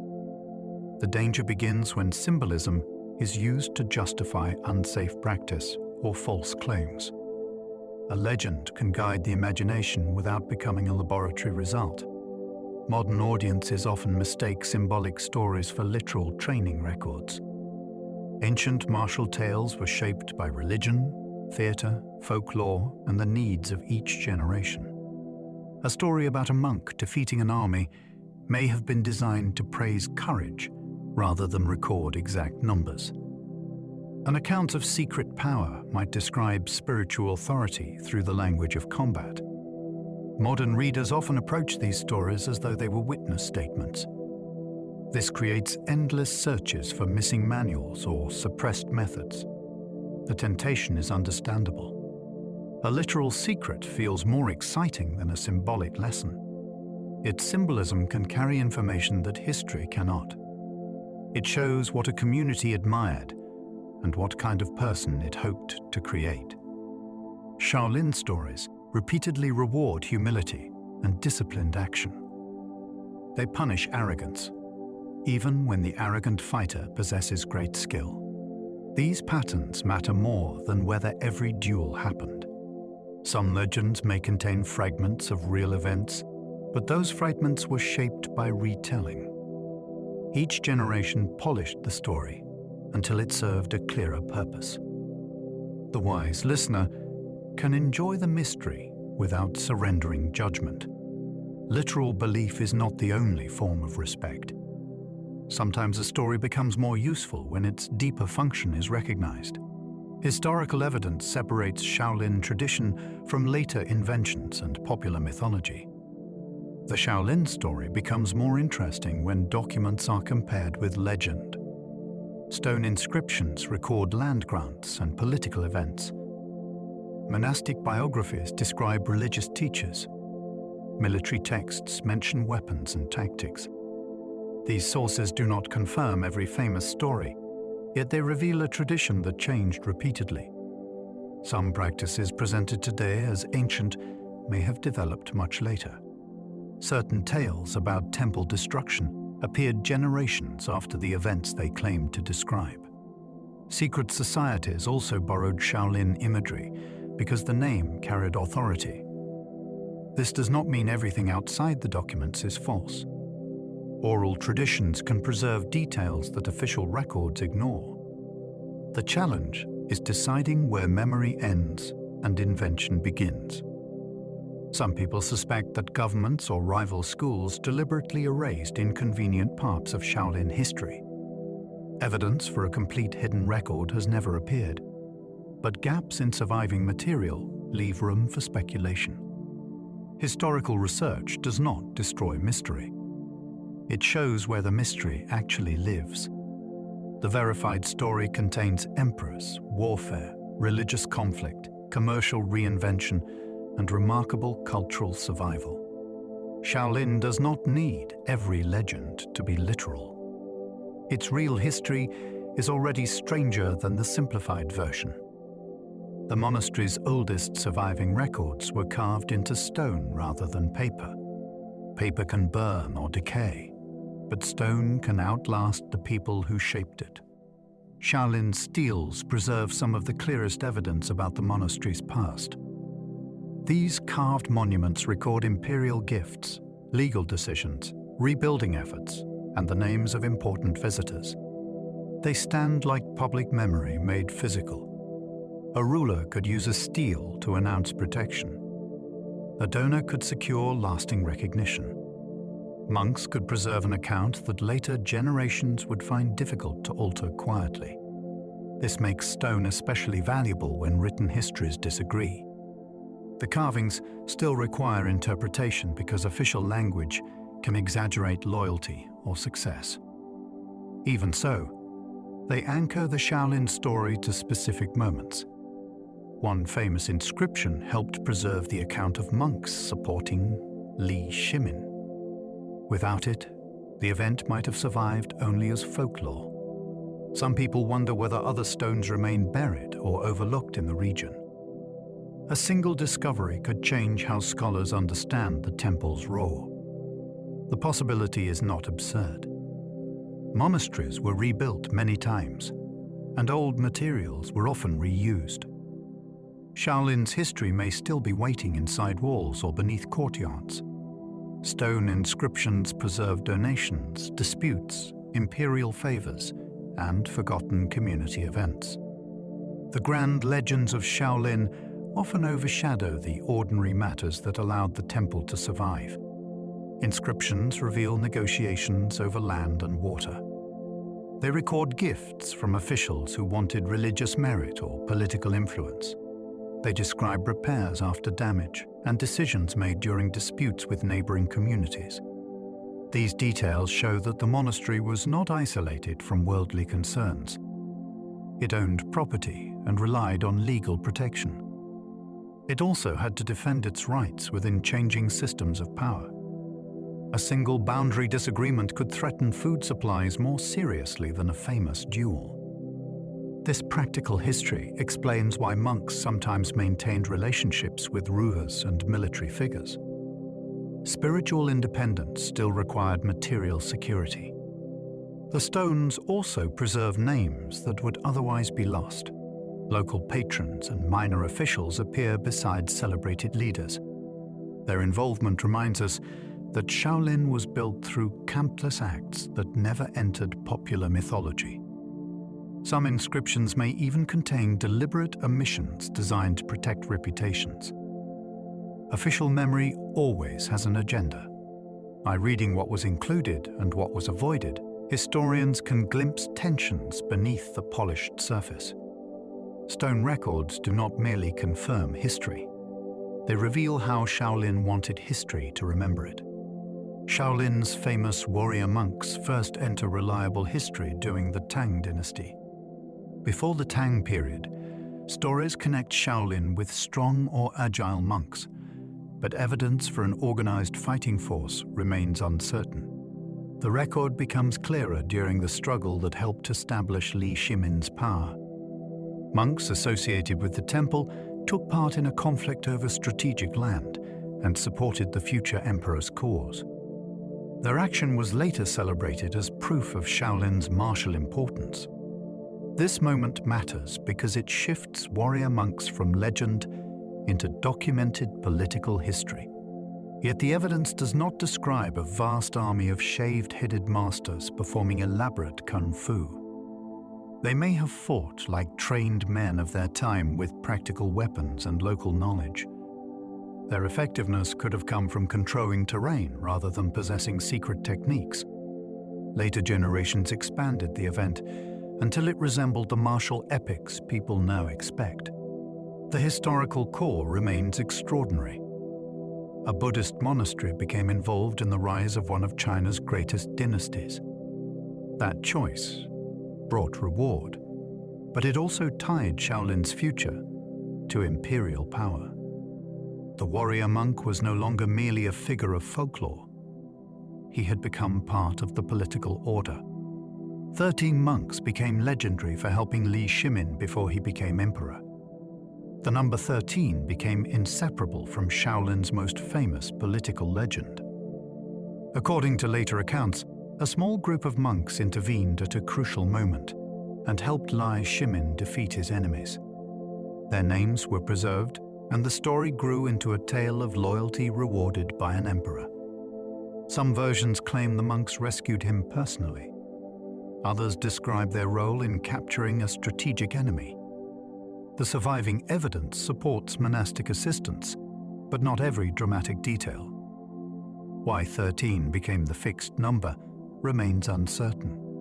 It may reflect an actual group or a later effort to give the story memorable shape.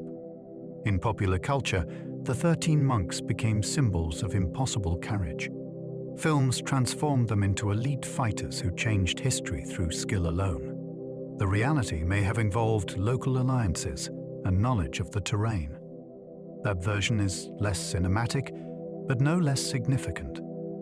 A small religious community made a decision that aligned it with the winning side of a dynastic struggle. Their reward influenced Shaolin for centuries. The legend asks an enduring question. Can a handful of disciplined people alter history when they act at exactly the right moment?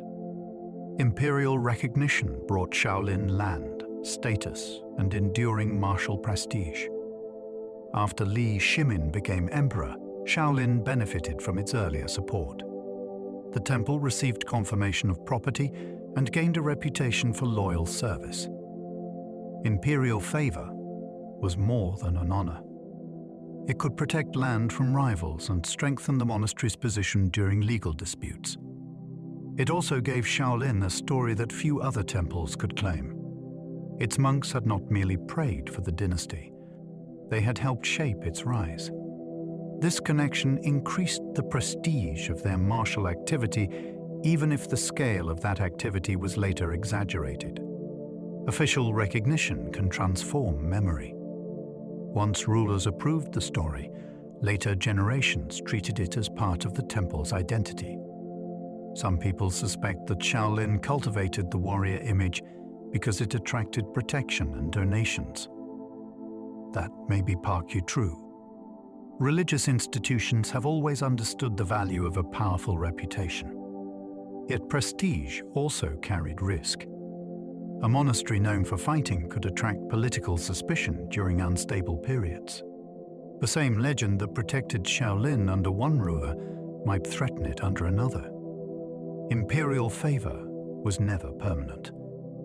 It was a powerful resource, but had to be managed carefully. Monastic involvement in conflict challenged the Buddhist commitment against taking life. Buddhist ethics place enormous value on avoiding harm, which makes the image of an armed monk immediately troubling. Shaolin could not escape this contradiction. A weapon does not become harmless because the person holding it wears robes. Monks involved in violence risked breaking vows and damaging the moral authority of the temple. Traditional stories addressed this problem by presenting conflict as reluctant defense. The monk acts only when innocent life is threatened or disorder becomes unbearable. Even then, the action carries spiritual consequences. Some accounts describe warriors praying before battle or performing rituals afterward. These details suggest that violence was never treated as spiritually simple. Critics may see the justifications as convenient excuses created after political success. Supporters argue that refusing to act can also allow suffering to continue. The debate has no easy answer. It reaches beyond Shaolin into every tradition that values peace while living in a dangerous world. The warrior monk embodies that unresolved tension. He is admired because he possesses force, but he is judged by how rarely he uses it. His greatest struggle may not be against an enemy. It may be against the belief that good intentions erase harmful actions. Shaolin thinkers answered this tension by emphasizing protection and compassionate intention. One way to reconcile martial practice with Buddhist ethics was to focus on motive. Force used for revenge was condemned. Force used to prevent immediate harm could be treated differently, especially when no peaceful option remained. This reasoning did not make violence pure. It placed a heavier burden on the practitioner to examine intention honestly. A person may claim to protect others while secretly enjoying domination. Shaolin teaching therefore linked combat skill with self-observation. The fighter had to recognize anger before it disguised itself as justice. Some legends describe monks using disabling techniques instead of lethal ones.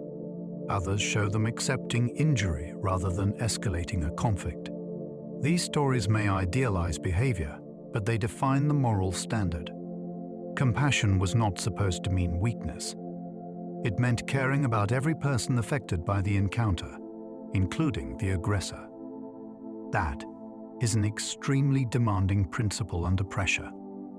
Modern audiences sometimes reduce it to the phrase controlled force. The older idea goes further.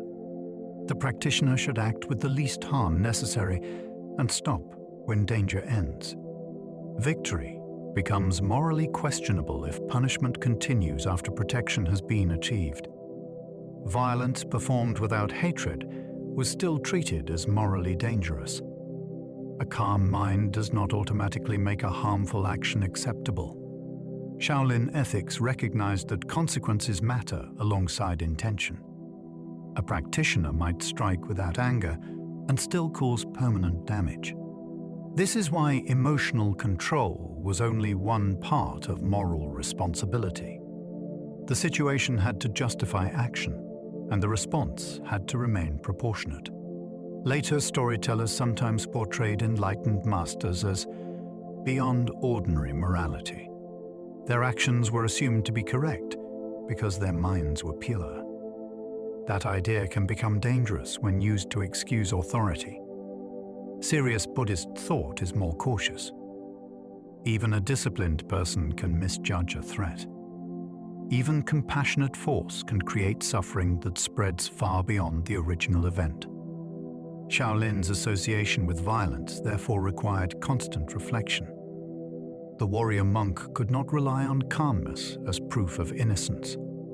Some teachers warned that repeated conflict can harden the mind, even when each encounter begins with a noble purpose.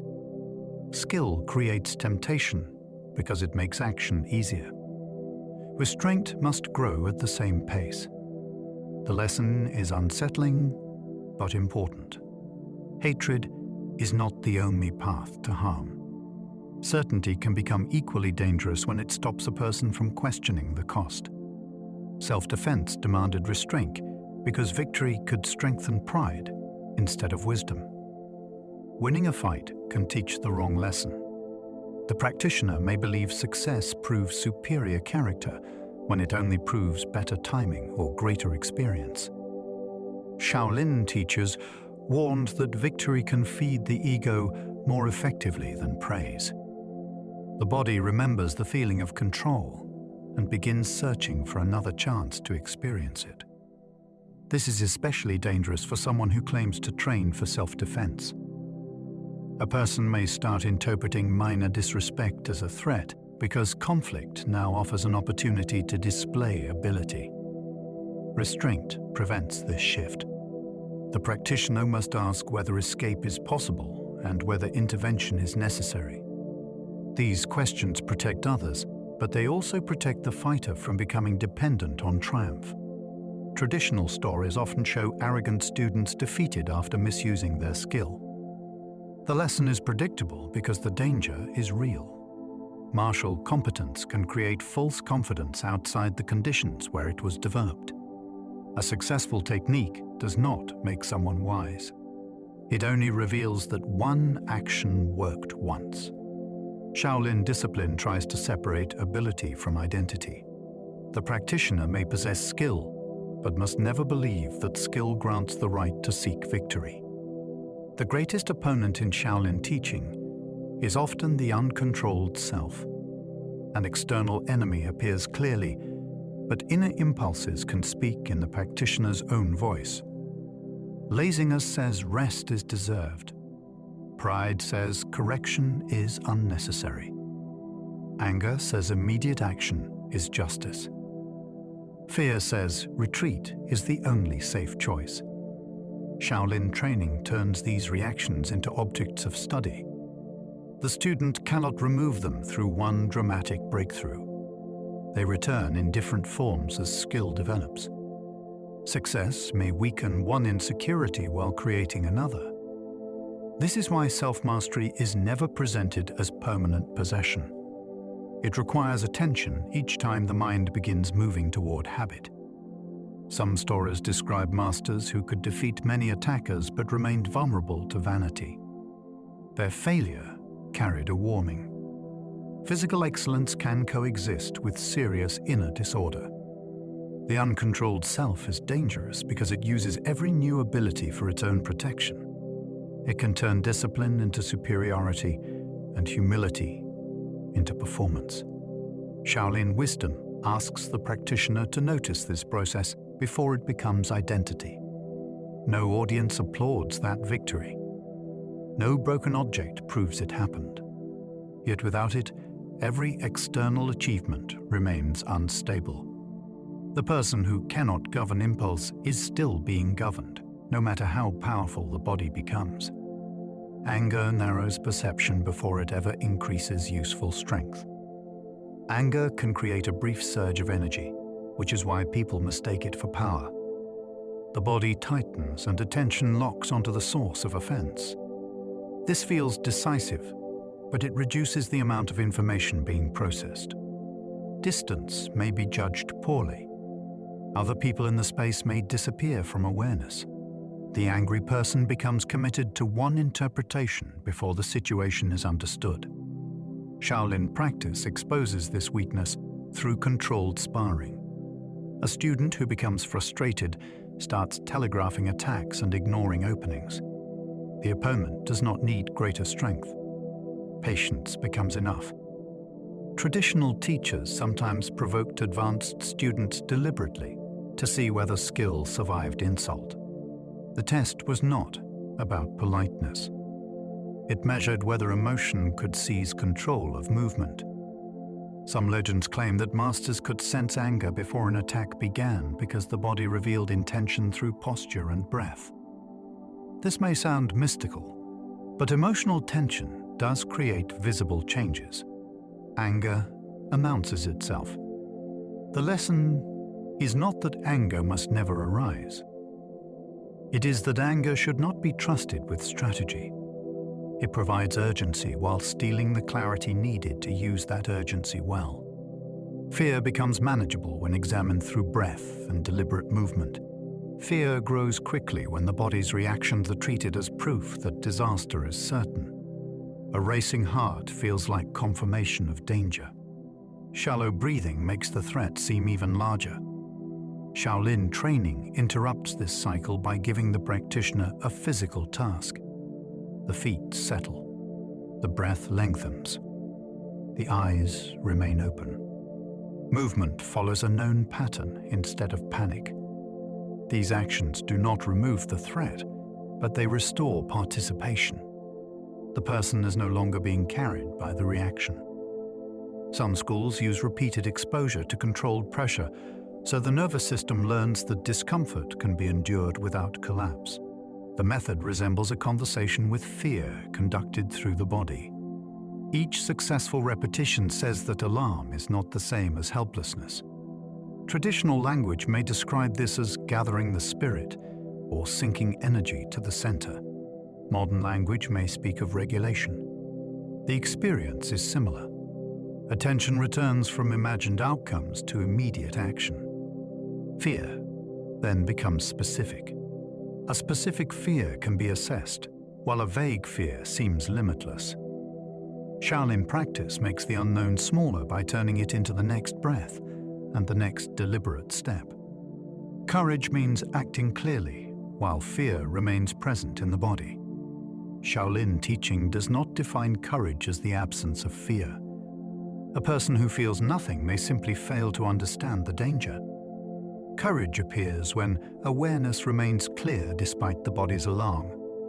This distinction matters because it removes the shame of being afraid. The student is not required to become inhuman. The task is to prevent fear from choosing every action.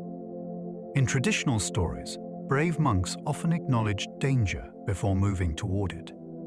Their courage comes from understanding the cost and acting for a reason larger than comfort. This is different from reckless display. Recklessness ignores consequences. Courage accepts them without pretending they do not exist. Training can prepare the body for this state by making pressure familiar.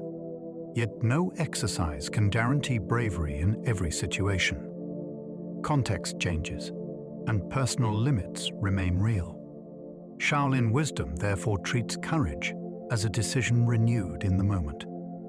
Past victories do not make the next choice automatically correct.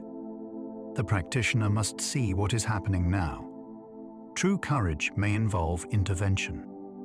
It may also involve withdrawal or admitting uncertainty. Clarity decides the form. Fear only reveals that something meaningful is at stake. Discipline protects long-term purpose from the changing moods of each day. Motivation rises and falls because it depends on emotion. Discipline creates a structure that continues when emotion changes. Shaolin routines use fixed times and repeated duties so practice does not require daily negotiation. The student wakes and trains because the commitment was made earlier. This protects the deeper goal from temporary discomfort. Without structure, every difficult morning becomes a debate, and the mind is skilled at arguing for ease. Discipline does not mean ignoring illness or injury. It means distinguishing a genuine limit from a passing desire to avoid effort. That judgment improves through experience. Some monks followed bells that divided the day into periods of practice, work, meals, and rest. The schedule reduced personal choice, but it also reduced distraction. Energy that might be spent deciding was directed toward participation. Modern people often resist such structure because freedom is associated with doing whatever feels right. Shaolin presents another view. Freedom can mean becoming less controlled by each feeling that appears.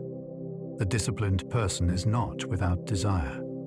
That person simply refuses to let a temporary mood erase a meaningful direction. Purpose survives because routine carries it through the days when inspiration is absent. Humility keeps ability from turning into recklessness or cruelty. Skill can change how a person sees everyone else. An experienced practitioner may begin assuming that untrained people are weak, or that disagreement can be solved through dominance. Humility interrupts this distortion. It reminds the student that training conditions are controlled and that real life contains weapons, multiple attackers, accidents, and consequences no technique can predict. A person who understands these uncertainties is less eager to prove anything. Traditional Shaolin stories often present the boastful fighter as someone already defeated by his own certainty.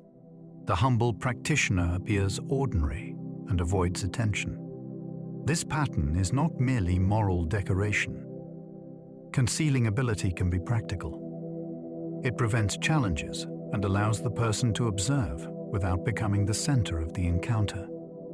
Humility also keeps learning possible. A student who believes mastery has arrived stops noticing errors. Even a beginner may reveal something valuable through an unexpected movement. Shaolin teaching therefore links humility with survival. Arrogance narrows perception because it assumes the answer in advance. Cruelty follows when other people are reduced to objects for demonstration. Humility restores their humanity and reminds the practitioner that power never cancels vulnerability. Respect for teachers never removes the student's responsibility to understand. Traditional Shaolin culture places great importance on the teacher, but obedience alone cannot produce mastery. A student must eventually know why a method works and when it fails. Blind imitation preserves errors as easily as wisdom. Good teachers provide direction while expecting the student to test principles through careful practice. This creates a balance between trust and investigation. Too little trust prevents the student from staying with unfamiliar methods long enough to understand them. Too much trust turns instruction into dogma. Stories about secretive masters sometimes encourage the idea that every correction must be accepted without question. That attitude can protect genuine expertise, but it can also protect incompetence or abuse. Shaolin ethics place responsibility on both sides. The teacher should not exploit authority. The student should not surrender judgment. Understanding becomes especially important when traditions pass through generations.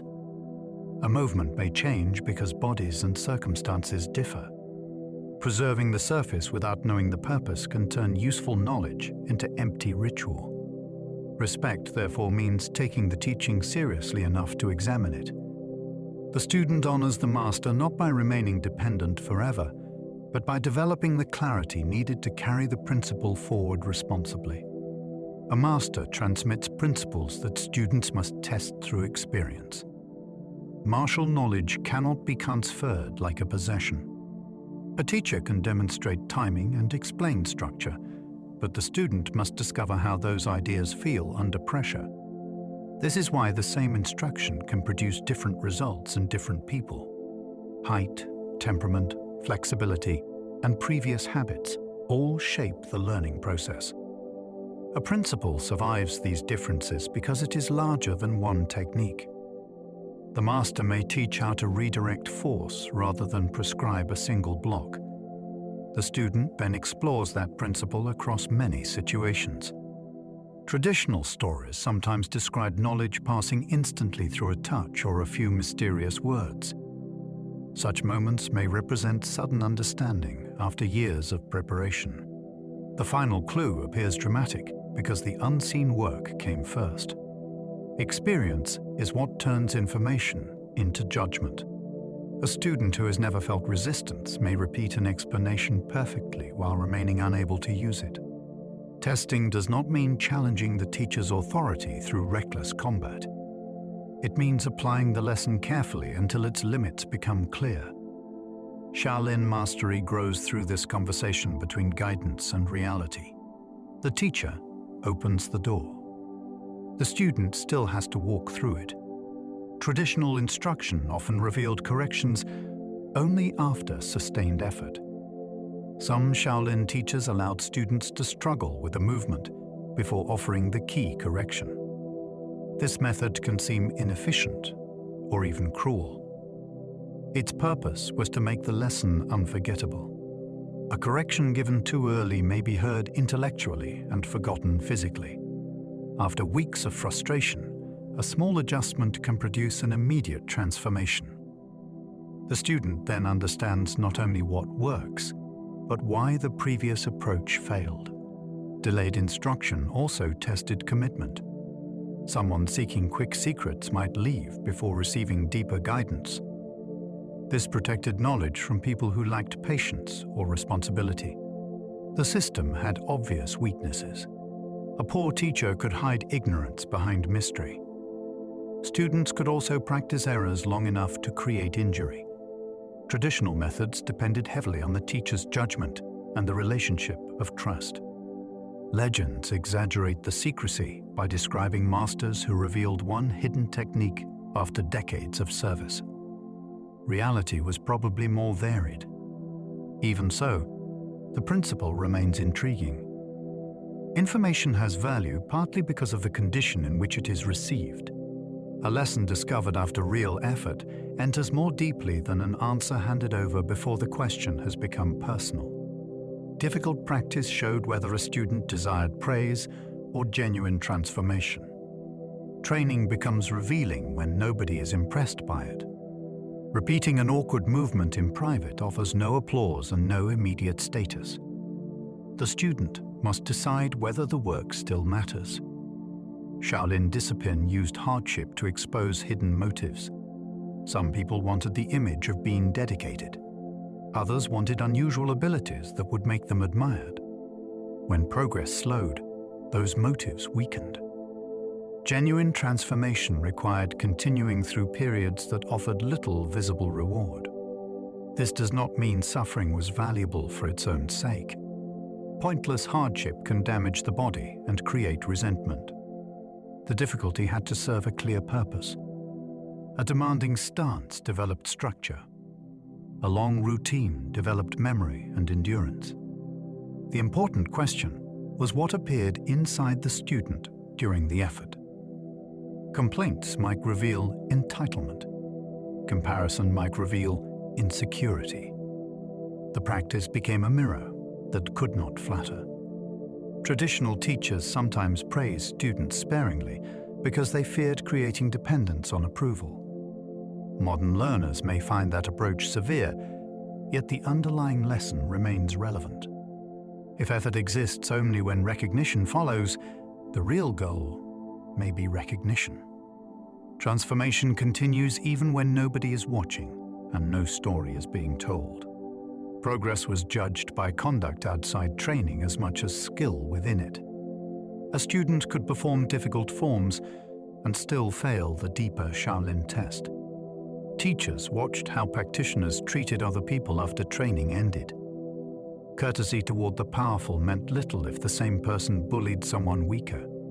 Calmness during meditation meant little if frustration controlled ordinary conversation. Conduct revealed whether discipline had entered daily life or remained confined to ritual.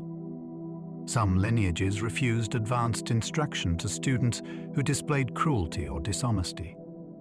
The concern was practical as well as moral. Dangerous knowledge increases the consequences of poor character. A technically gifted person without restraint could damage the reputation of an entire school.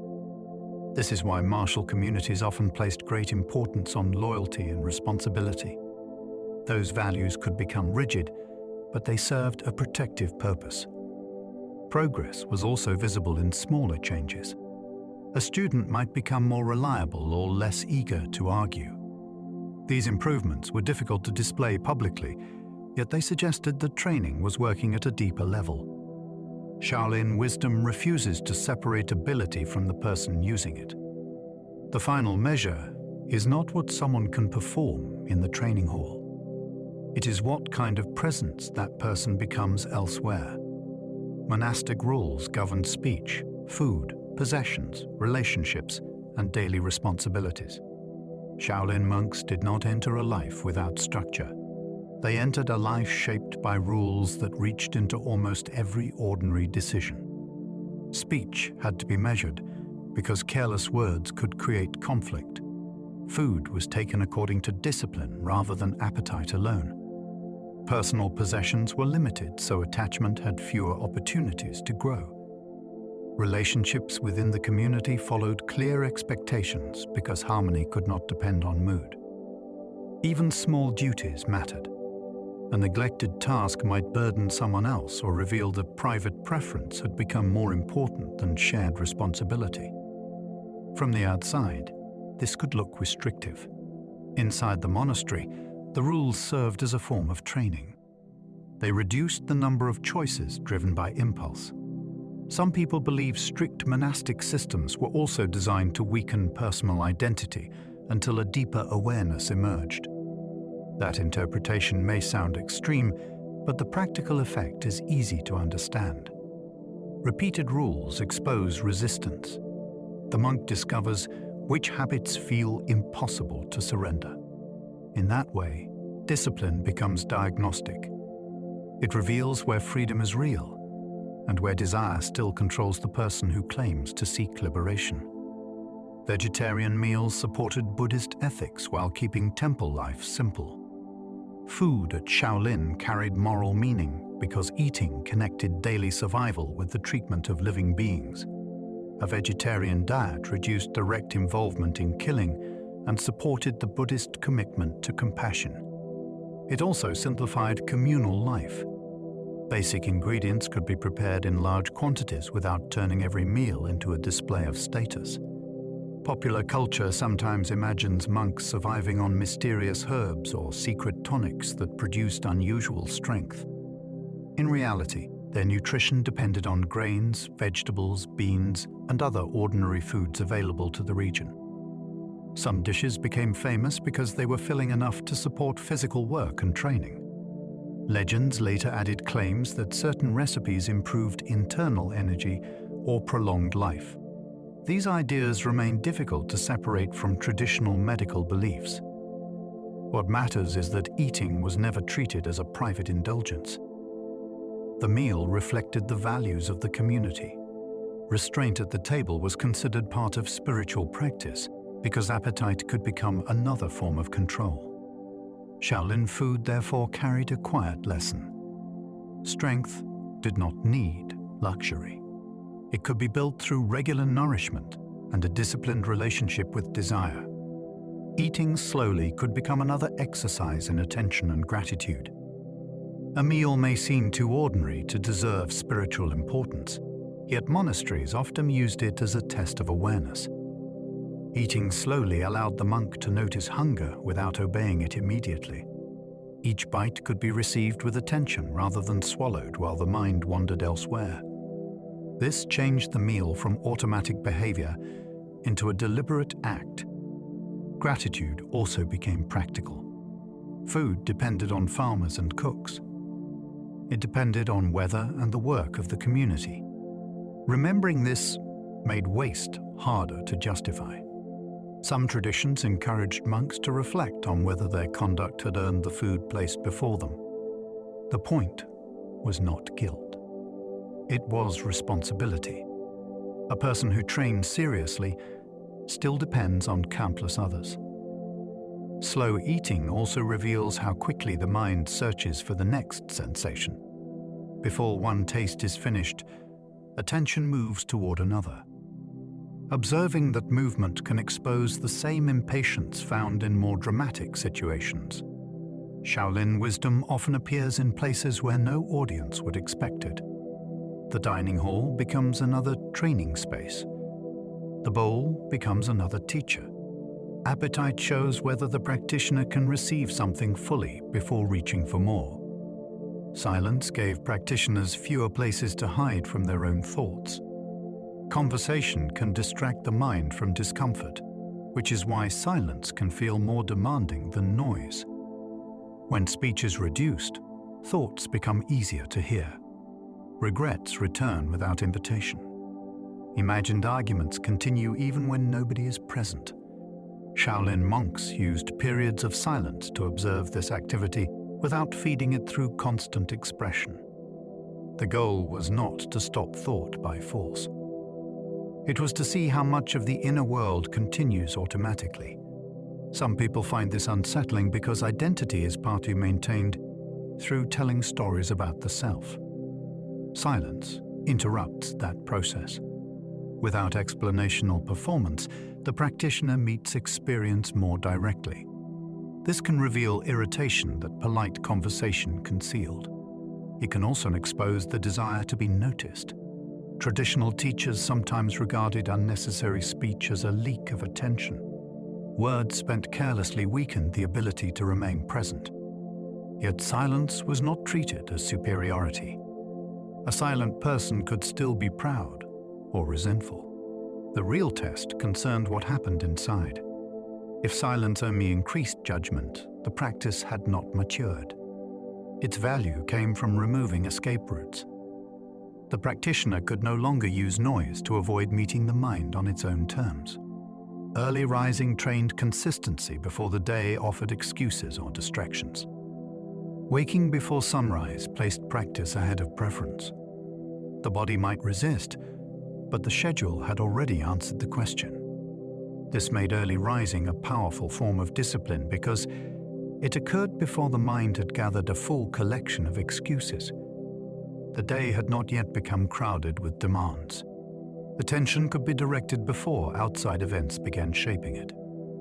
At Shaolin, morning routines may have included chanting, meditation, cleaning, or physical practice. The exact schedule changed across periods, yet the principle remained strong. Begin with intention rather than reaction. Some traditions believed the hours before dawn were especially suitable for spiritual work because the environment was quieter and the mind less scattered. Others connected the time with natural cycles of breath and energy.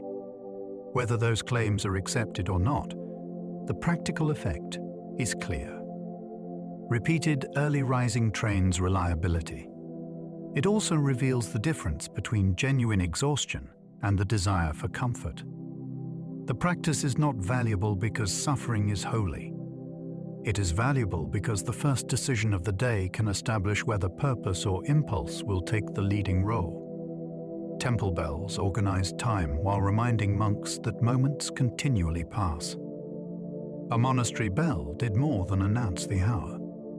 Its sound reached across courtyards and interrupted whatever the monk was doing. Work stopped.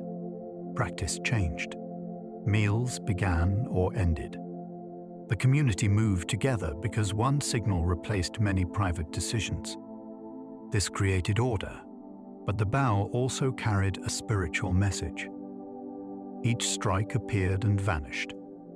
Nothing could hold the sound once it began to fade. But his teachers used this simple experience to point toward impermanence. A moment arrives fully, then disappears whether it was pleasant or difficult. Some monks listened to the fading tone as a form of meditation. Attention followed the sound until silence returned.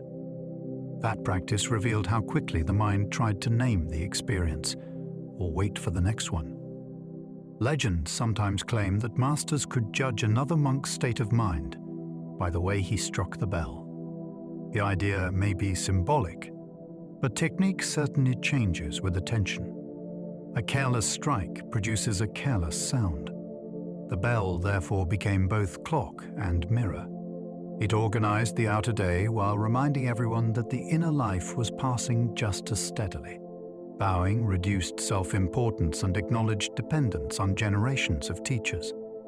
To modernize, bowing can look like submission. Within Shaolin tradition, it carried a more complex meaning. The practitioner bowed to teachers and sacred spaces because no one arrived at knowledge alone. Every method had been shaped by people who trained before the current student existed. The gesture acknowledged that debt. It also interrupted pride. A skilled fighter might receive admiration outside the temple, yet still lower the head before entering the hall. This physical act reminded the body that ability did not remove dependence. Bowing could also mark the beginning and end of practice. That boundary helped separate training from casual behavior. The student entered with attention and left with gratitude. Some schools developed elaborate rituals around the gesture, which outsiders sometimes interpreted as blind obedience. Yet a bow does not require surrendering judgment. It simply recognizes relationship. The deeper lesson concerns scale. However advanced a practitioner becomes, the tradition remains larger than one person. Humility is easier to discuss than to embody. Bowing turns the idea into movement. For a moment, the student chooses not to stand at the center of the world. Shaving the head symbolized renunciation, rather than membership in a fighting order. The shaved head became one of the most recognizable features of the Shaolin monk, yet it originally had nothing to do with martial identity. Buddhist monastics removed their hair as a sign of renunciation. Hair could express fashion or social rank. Removing it reduced one more way of displaying the self. The act also marked a clear departure from ordinary life. A person entering the monastery was not simply changing occupation. That person was adopting another relationship with status and appearance. Later films transformed the shaved head into a visual symbol of the warrior monk. Audiences began associating it with toughness or secret training. The religious meaning was older and more demanding. Renunciation did not end when the razor finished its work. The monk had to continue releasing attachment through daily conduct. Some traditions added incense scars to the scalp during ordination. These marks have often been misunderstood as signs of combat rank, though they carried ritual meaning instead. The head therefore became a visible record of commitment. It showed that Shaolin identity began not with gaining power, but with giving up some of the ordinary ways people announce who they are. Robes represented a disciplined life that martial ability was meant to serve. The robe identified a monk before any demonstration of skill took place. Its purpose was not to make the wearer look mysterious. It signaled membership in a religious community governed by vows. This matters because martial ability was meant to exist inside that larger commitment. The monk did not wear robes because he could fight. He trained while wearing them because his fighting had to answer to a spiritual life. Traditional garments were practical for movement, but they also imposed dignity. A person dressed as a monastic carried the reputation of the temple into every public encounter. Reckless behavior would not be judged as an individual mistake alone. It could damage trust in the entire community. Popular culture later turned Shaolin robes into costumes associated with exceptional power. Their original message was almost the opposite. The robe reduced personal display and reminded the wearer to act with restraint. Some stories describe monks removing or adjusting robes before combat, which symbolized a shift from ritual identity to urgent action. Whether literal or dramatic, the image shows the tension clearly. The garment represented the standard that force was never allowed to forget. Shaolin medicine developed from caring for injuries, illness, and exhausted practitioners. A community devoted to demanding physical training needed ways to manage the consequences. Sprains, bruises, fractures, and fatigue were not abstract problems. They threatened a monk's ability to work and practice. Shaolin therefore became associated with methods of treatment that drew from broader Chinese medical traditions. Practitioners learned how to reduce swelling and support damaged joints. They also developed routines intended to restore movement after injury. Some remedies were probably ordinary household medicine adapted to monastic life. Others gained reputations as secret formulas passed only within trusted circles. These stories helped create the image of Shaolin as a place where the same knowledge could both disable and heal. Certain legends even describe masters who understood pressure points well enough to reverse injuries caused by their own techniques. Such claims are difficult to confirm, but they reflect a meaningful ideal.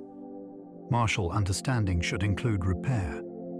A fighter who knows how damage occurs has a responsibility to recognize its effects. Medicine also kept training grounded in reality. The body was not an invincible instrument. It was a living system that required care, recovery, and respect if discipline was meant to continue. Herbal knowledge accompanied massage. bone setting, breathing, and rehabilitation traditions. Shaolin healing was not limited to a single method. Herbal preparations could be applied to bruises or taken as tonics. Massage was used to reduce stiffness and restore circulation after hard practice. Bone setting addressed dislocations and fractures in a world where distant medical help was often unavailable. Breathing exercises supported recovery by calming the body after strain. Rehabilitation movements gradually returned injured joints to useful function. These methods formed a practical system shaped by repeated need.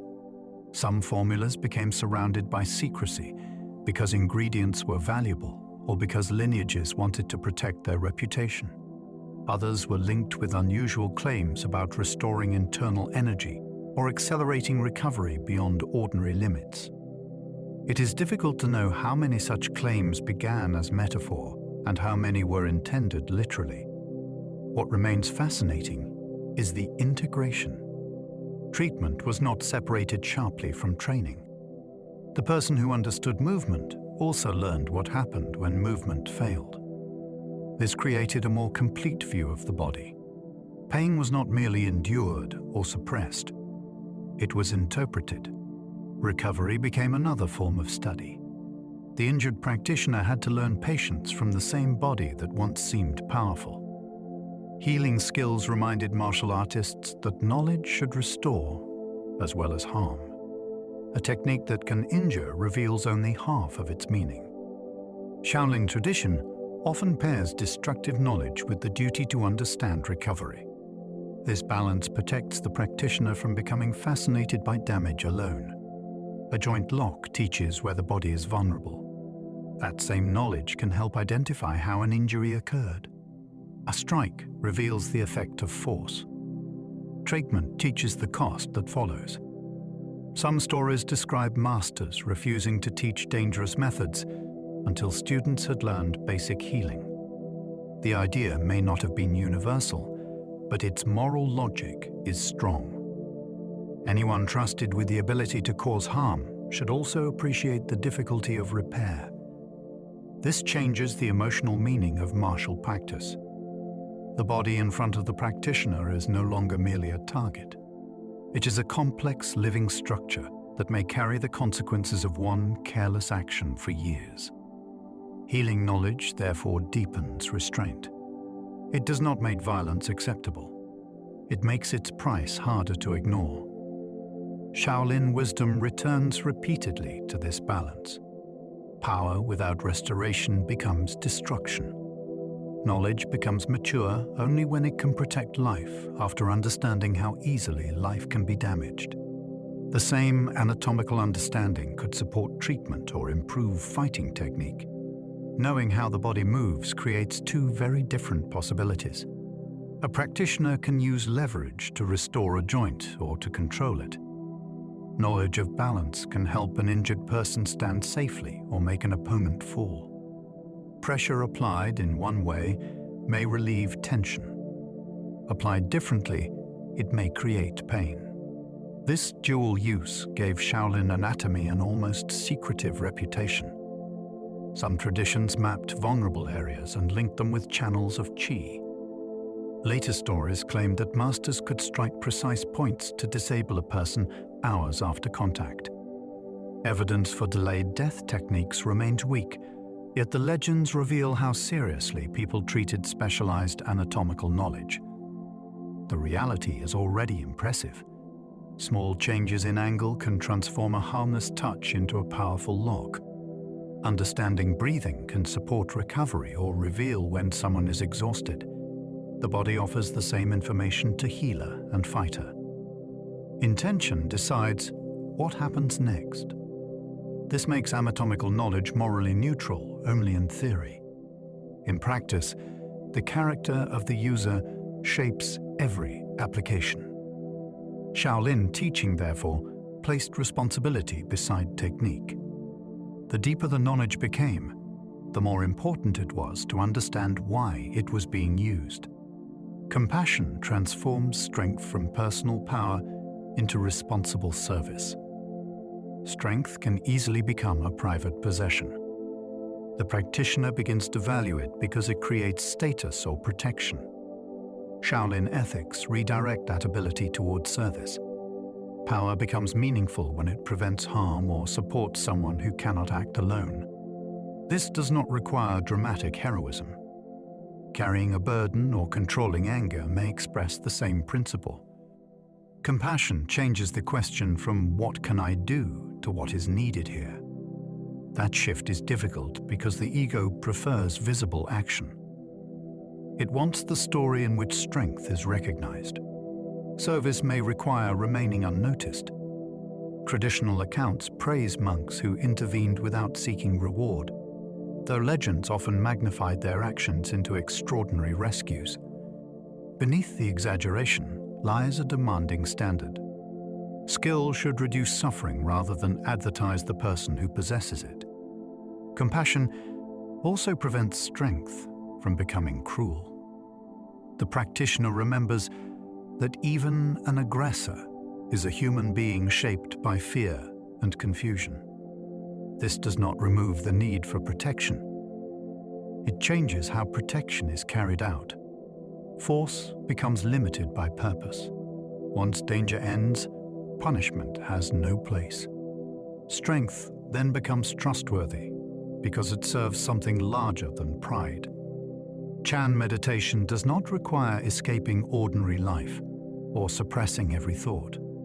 Many people imagine meditation as a battle against thinking. They sit down and try to force the mind into silence. Chan practice takes a different approach. Thoughts are allowed to appear because their appearance is not the problem. The difficulty begins when the practitioner follows every thought as though it were a command. Meditation trains the ability to notice mental activity without becoming trapped inside it. This makes the practice relevant beyond the temple. Ordinary life provides endless opportunities to observe reaction. A harsh comment may produce anger. A delay may produce impatience. The practitioner notices the movement before acting from it. Some Chan stories describe sudden awakening during simple tasks because the boundary between formal practice and daily life had disappeared. These accounts can sound mystical, yet the underlying principle is practical. Awareness does not depend on special surroundings. A noisy room can reveal attachment as clearly as a silent hall. Escaping life would therefore miss the point. The mind carries its habits everywhere. Shaolin Chan asks the practitioner to meet those habits directly. Freedom begins not when thought vanishes, but when thought loses the power to decide every response automatically. Thoughts lose authority when observed without immediate obedience or resistance. A thought can feel powerful because it appears in the first person. The mind says, "I am angry," or "I must act," and the statement seems final. Chan practice creates a small distance between the thought and the person hearing it. The practitioner notices that mental events arise without permission. Some are useful. Others repeat old fears or imagined arguments. Fighting them gives them energy because resistance keeps attention fixed upon them. Obeying them gives them control. Observation offers a third possibility. The thought is allowed to pass without becoming an instruction. This can feel strange at first because identity is closely tied to internal speech. Some people worry that detachment will make them passive. In practice, it can make action more deliberate. A useful thought still receives attention. A harmful one no longer receives automatic loyalty. Shaolin training reinforces this under physical pressure. The mind may shout retreat before the situation truly requires it. Awareness creates enough space to judge. The thought is heard, but it does not become the master. That small change can alter an entire life, because many destructive actions begin as unexamined sentences inside the mind. Mental stillness means clear awareness rather than an empty, unconscious state. Stillness is often misunderstood as the absence of all mental activity. In Chan, a blank mind would not represent wisdom. It would represent reduced awareness. True stillness remains alert. Sounds are heard and sensations are noticed. Thoughts may appear, but they do not disturb the center of attention. The practitioner becomes like a person watching a busy road without stepping into every passing vehicle. This state can support martial practice because clear awareness receives information without delay. A tense mind selects only what it expects to see. A still mind notices change earlier.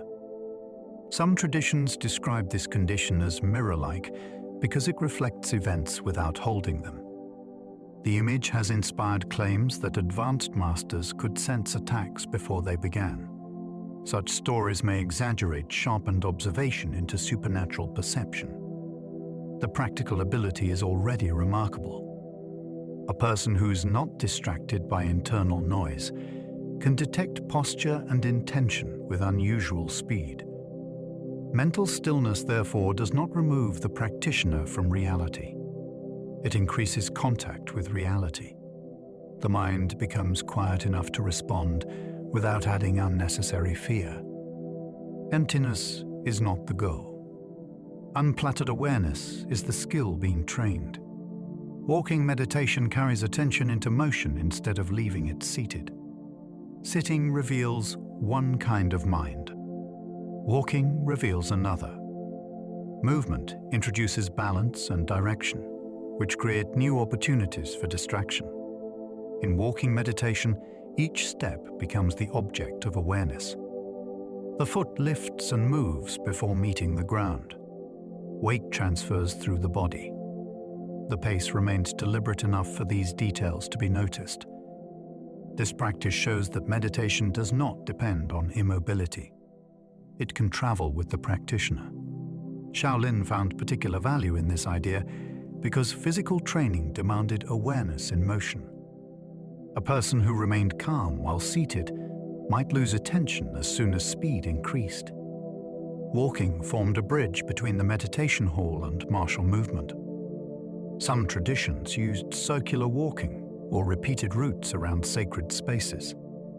These patterns could develop concentration while symbolizing a journey that returns to its beginning. Others practiced during long travel. The road itself became the teacher. Each step asked whether the mind was present or wandering toward the destination. Walking meditation contains a simple challenge. Move without mentally leaving where the body is. The lesson sounds easy until attention rushes ahead. The path then reveals how rarely people arrive in the moment they are actually living. Kung Fu originally described patient mastery achieved through sustained effort. The phrase Kung Fu did not originally mean Chinese martial arts alone. It referred more broadly to skill developed through time and dedicated work. A cook could possess Kung Fu. So could a calligrapher or carpenter. The term described the quality of mastery rather than the activity itself. Western audiences later adopted it as a label for fighting systems, especially after martial arts cinema became popular. That change narrowed the meaning, but the older idea remains essential to understanding Shaolin. Its practice was never supposed to produce instant power. Ability emerged through repeated effort that gradually changed the practitioner. This is why secret techniques could never replace training. A hidden method without foundation remained useless. Some legends promise shortcuts through rare manuals or lost energy practices.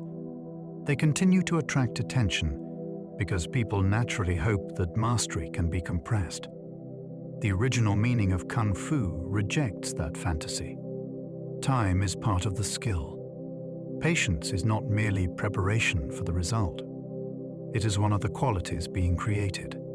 Shaolin mastery therefore belongs to anyone willing to remain with a meaningful practice until effort becomes understanding. Cooking, writing, gardening, or listening can each display genuine Kung Fu. Once Kung Fu is understood as cultivated skill, the boundary around martial arts disappears. A cook who handles ingredients with timing and care demonstrates the same principle. A writer who chooses exact words after years of practice does the same. Gardening develops sensitivity to seasons and change. Listening requires attention without rushing to respond. None of these activities looks like combat, yet each reveals disciplined mastery. This broader meaning prevents Shaolin wisdom from becoming trapped inside spectacular demonstrations. The deepest lessons can enter ordinary life. Balance appears in how time is managed. Restraint appears in conversation. Precision appears in work that nobody applauds. Some people believe this is why martial traditions survived even when their battlefield value declined. Their principles could be carried into other forms of living. The body learned patience, and patience remained useful everywhere. Genuine Kung Fu is therefore recognized by quality rather than costume. It does not require a temple or public title. It appears when long practice becomes natural and reliable. The expert no longer forces every action. Skill has entered the person deeply enough to guide behavior without constant effort. That is mastery in its least theatrical and most enduring form. Shaolin became globally famous through cinema long before most viewers understood Chan. For millions of people, Shaolin first appeared on a screen rather than in a history book. Films presented monks who could leap across rooftops and defeat entire groups through impossible control. These images traveled farther than Buddhist teaching ever had. Audiences learned the robes and shaved heads before they learned anything about Chan. Cinema transformed Shaolin into a global symbol of secret discipline. It also simplified the tradition. Religious study became background decoration while combat moved to the center. This distortion had unexpected benefits. Viewers who entered through action films later became curious about meditation or Chinese culture. The fantasy opened a door to genuine interest. At the same time, the films created expectations that real practitioners could never satisfy. Tourists arrived hoping to witness superhuman feats. Schools adapted by emphasizing performance because spectacle was what the world recognized. Some critics argue that cinema replaced living tradition with entertainment. Others see it as the reason Shaolin survived into global consciousness. Both may be correct. Film did not merely represent Shaolin. It reshaped what Shaolin became. The camera turned a monastery into an idea that could travel anywhere. Film transformed disciplined traditions into spectacular myths of nearly superhuman warriors. Martial arts cinema took real training methods and expanded them beyond ordinary limits.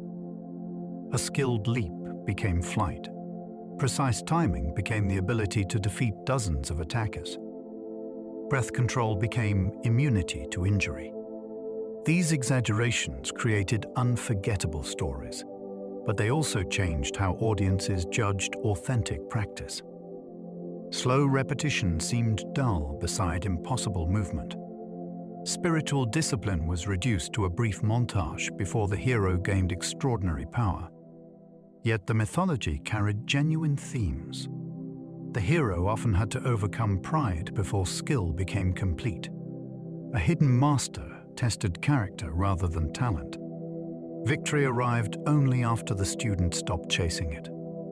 These ideas came from older martial storytelling, even when the action became fantastical. Some viewers believe the films preserve fragments of abilities once considered possible. Others recognize them as dramatic inventions built around wires and editing. The fascination survives either way. Cinema gave visible form to the dream that disciplined humans can exceed ordinary limitation. Shaolin became the perfect setting for that dream because its real history already joined spirituality with combat. Film simply pushed the union into legend. The result was not accurate, but it was powerful enough to redefine an ancient tradition for the modern world. Jet Li's first major film helped revive worldwide fascination with Shaolin. The film Shaolin Temple introduced a young Jet Li to a vast audience and placed the real monastery at the center of a modern cultural revival. Released during a period when China was opening to new forms of public entertainment, the film became enormously popular. Its landscapes and physical performances gave viewers a version of Shaolin that felt more immediate than earlier legends. Interest in martial arts training surged. Tourists began traveling to the temple region in greater numbers. Schools developed around the growing demand. The film did not simply tell a story. It altered the economy and identity of the place it depicted. This is one of the strangest turns in Shaolin history. The fictional production helped restore public attention to a religious site that had endured long periods of neglect. Some people celebrate the film for preserving cultural heritage. Others argue that it accelerated commercialization and made spectacle more important than monastic life. Both effects can be seen today. Jet Li's performance became part of the monastery's modern mythology. One actor helped create a global image powerful enough to reshape the real Shaolin Temple around it. Modern schools sometimes teach performance wushu beside older combat methods. A visitor to the Shaolin region may encounter several kinds of training under the same name. Performance wushu emphasizes speed and athletic difficulty. Older combat methods may focus more on application and conditioning. These approaches can coexist, but they serve different goals. A student preparing for a stage performance needs movements that can be seen clearly from a distance. A student studying self-defense needs methods that survive resistance. Confusion begins when one is presented as proof of the other. Modern schools often teach both because public demonstrations attract students, while traditional practice provides cultural depth. The combination can produce extraordinary athletes. It can also blur the line between martial art and entertainment. Some teachers insist that performance is simply another branch of Shaolin development. Others believe it has replaced substance with visual effect. The disagreement reflects a larger question about survival. Should a tradition remain unchanged even if the world loses interest, or should it adapt to new audiences? Shaolin has faced this problem repeatedly. Modern schools are not merely teaching movement. They are negotiating which version of the past will continue into the future. Competitive routines reward athletic difficulty, precision, expression, and visual clarity. Modern wushu competition judges what can be seen and compared. Athletes perform demanding routines that may include high jumps or rapid weapon work. Precision matters because small errors become obvious at speed. Expression matters because the performer must communicate intention across a large arena. Visual clarity allows judges to distinguish one movement from another. These requirements produce astonishing physical ability, but they also shape the art in a particular direction. Movements become larger because large movements score better and reach the audience.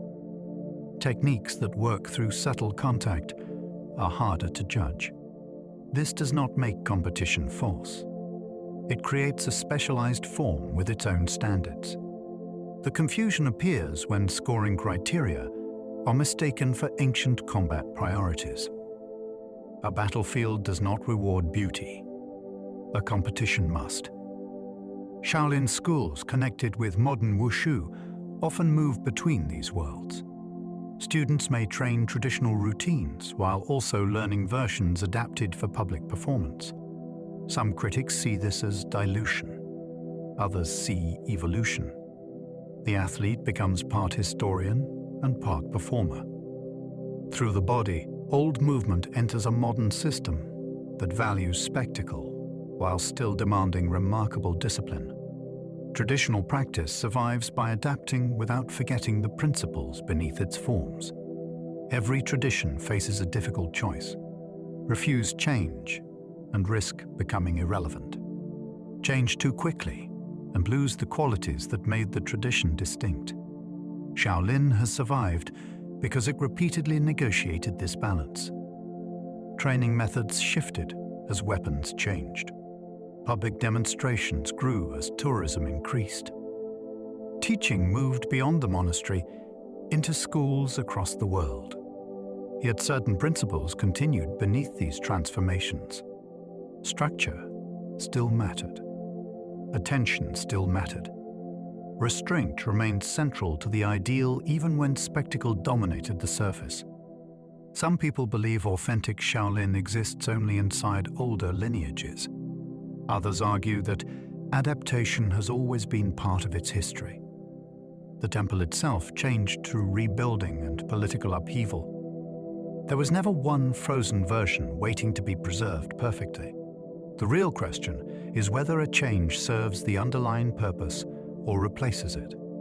A form can become more athletic without losing discipline.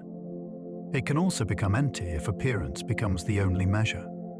Survival, therefore, requires memory. Innovation needs something stable enough to judge itself against. Shaolin endures not by repeating the past exactly, but by remembering what the past was trying to teach. Shaolin's global expansion has created both cultural exchange and commercial controversy. Shaolin schools now exist far beyond China. Students from many countries travel to train, while teachers carry methods into new communities. This exchange has introduced people to Chinese philosophy and monastic history. It has also created a market where the Shaolin name can be used as a powerful brand. Some schools have genuine connections to recognized teachers.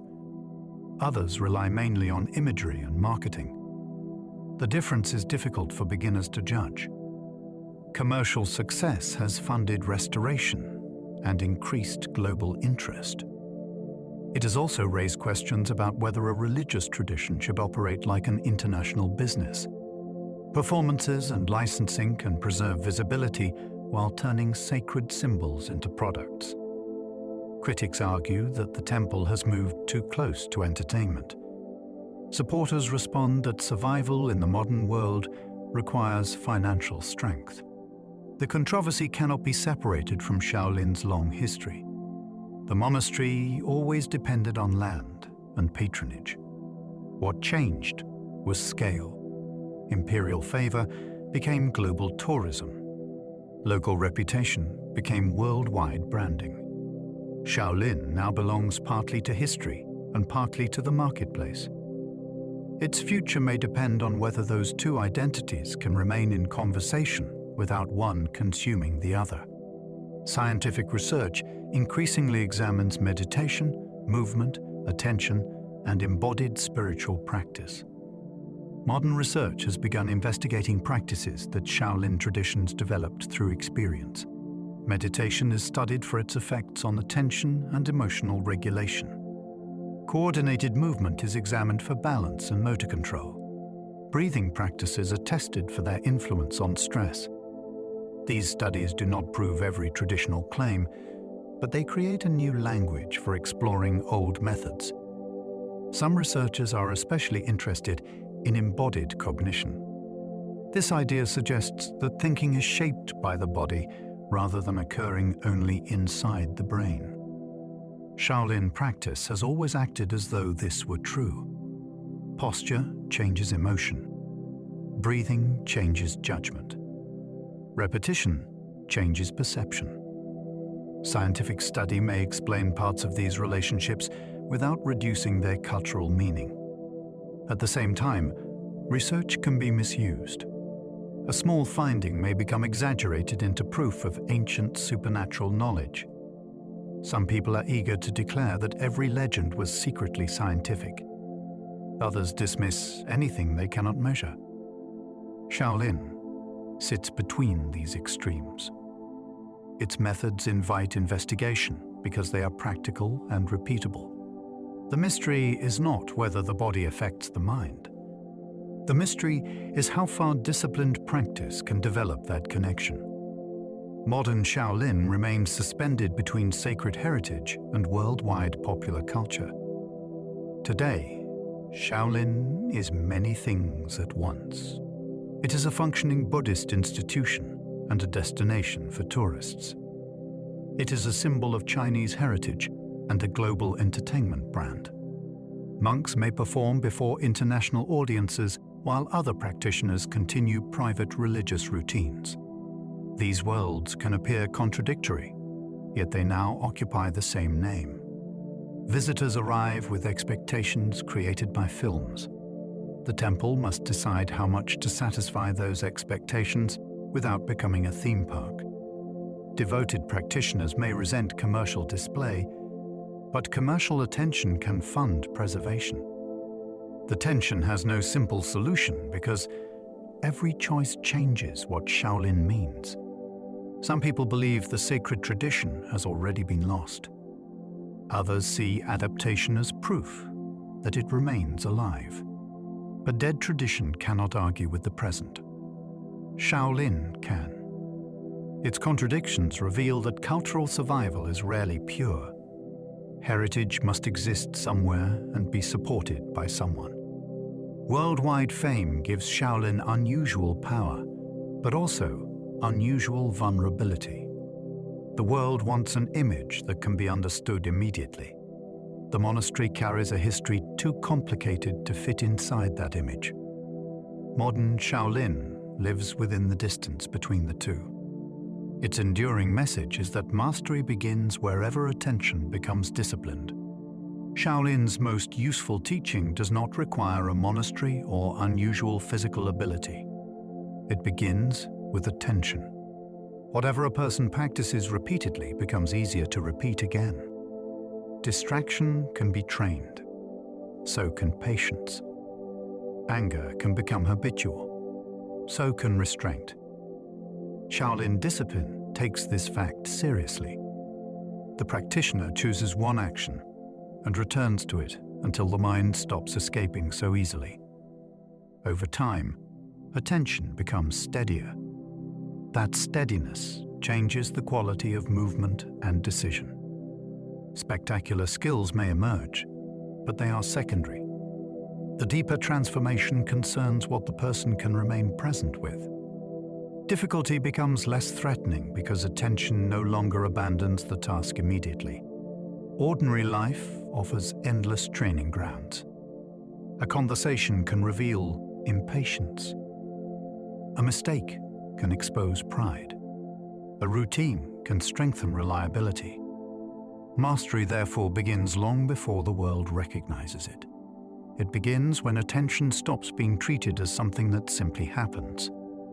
Shaolin teaches that attention can be directed and refined. Once that is understood, every moment becomes part of practice. The final secret is not hidden. It is repeated until the person who repeats it is changed. Tonight, we have traveled through the long and complicated world of Shaolin. We have seen that it was never only a place of martial skill. It was also a monastery shaped by discipline, spiritual practice, survival, and change.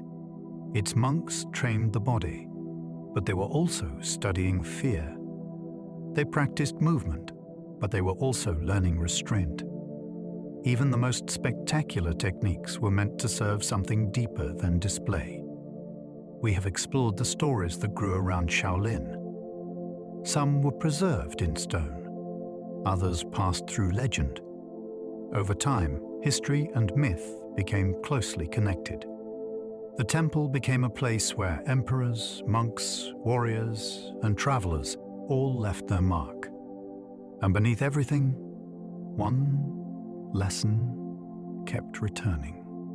Strength without control is incomplete. Skill without character is dangerous. True mastery begins when attention becomes steady enough to guide both. Now, the temple can slowly recede into the distance. The courtyards are empty. The training halls are still. Somewhere beyond the walls, the mountain paths are disappearing into the night. Let your shoulders soften. Allow your jaw to relax. Let your breathing become slower without trying to control it. There is nothing left to remember tonight. There is nowhere else you need to go. If you enjoyed this journey, you are always welcome to like the video, subscribe, or leave a thought below. It helps more people discover these stories and continue exploring them with us. And if you are still awake, another video will be waiting on the screen. You can follow it whenever you feel ready. For now, let the final thoughts of Shaolin fade into stillness. Sleep well, and good night.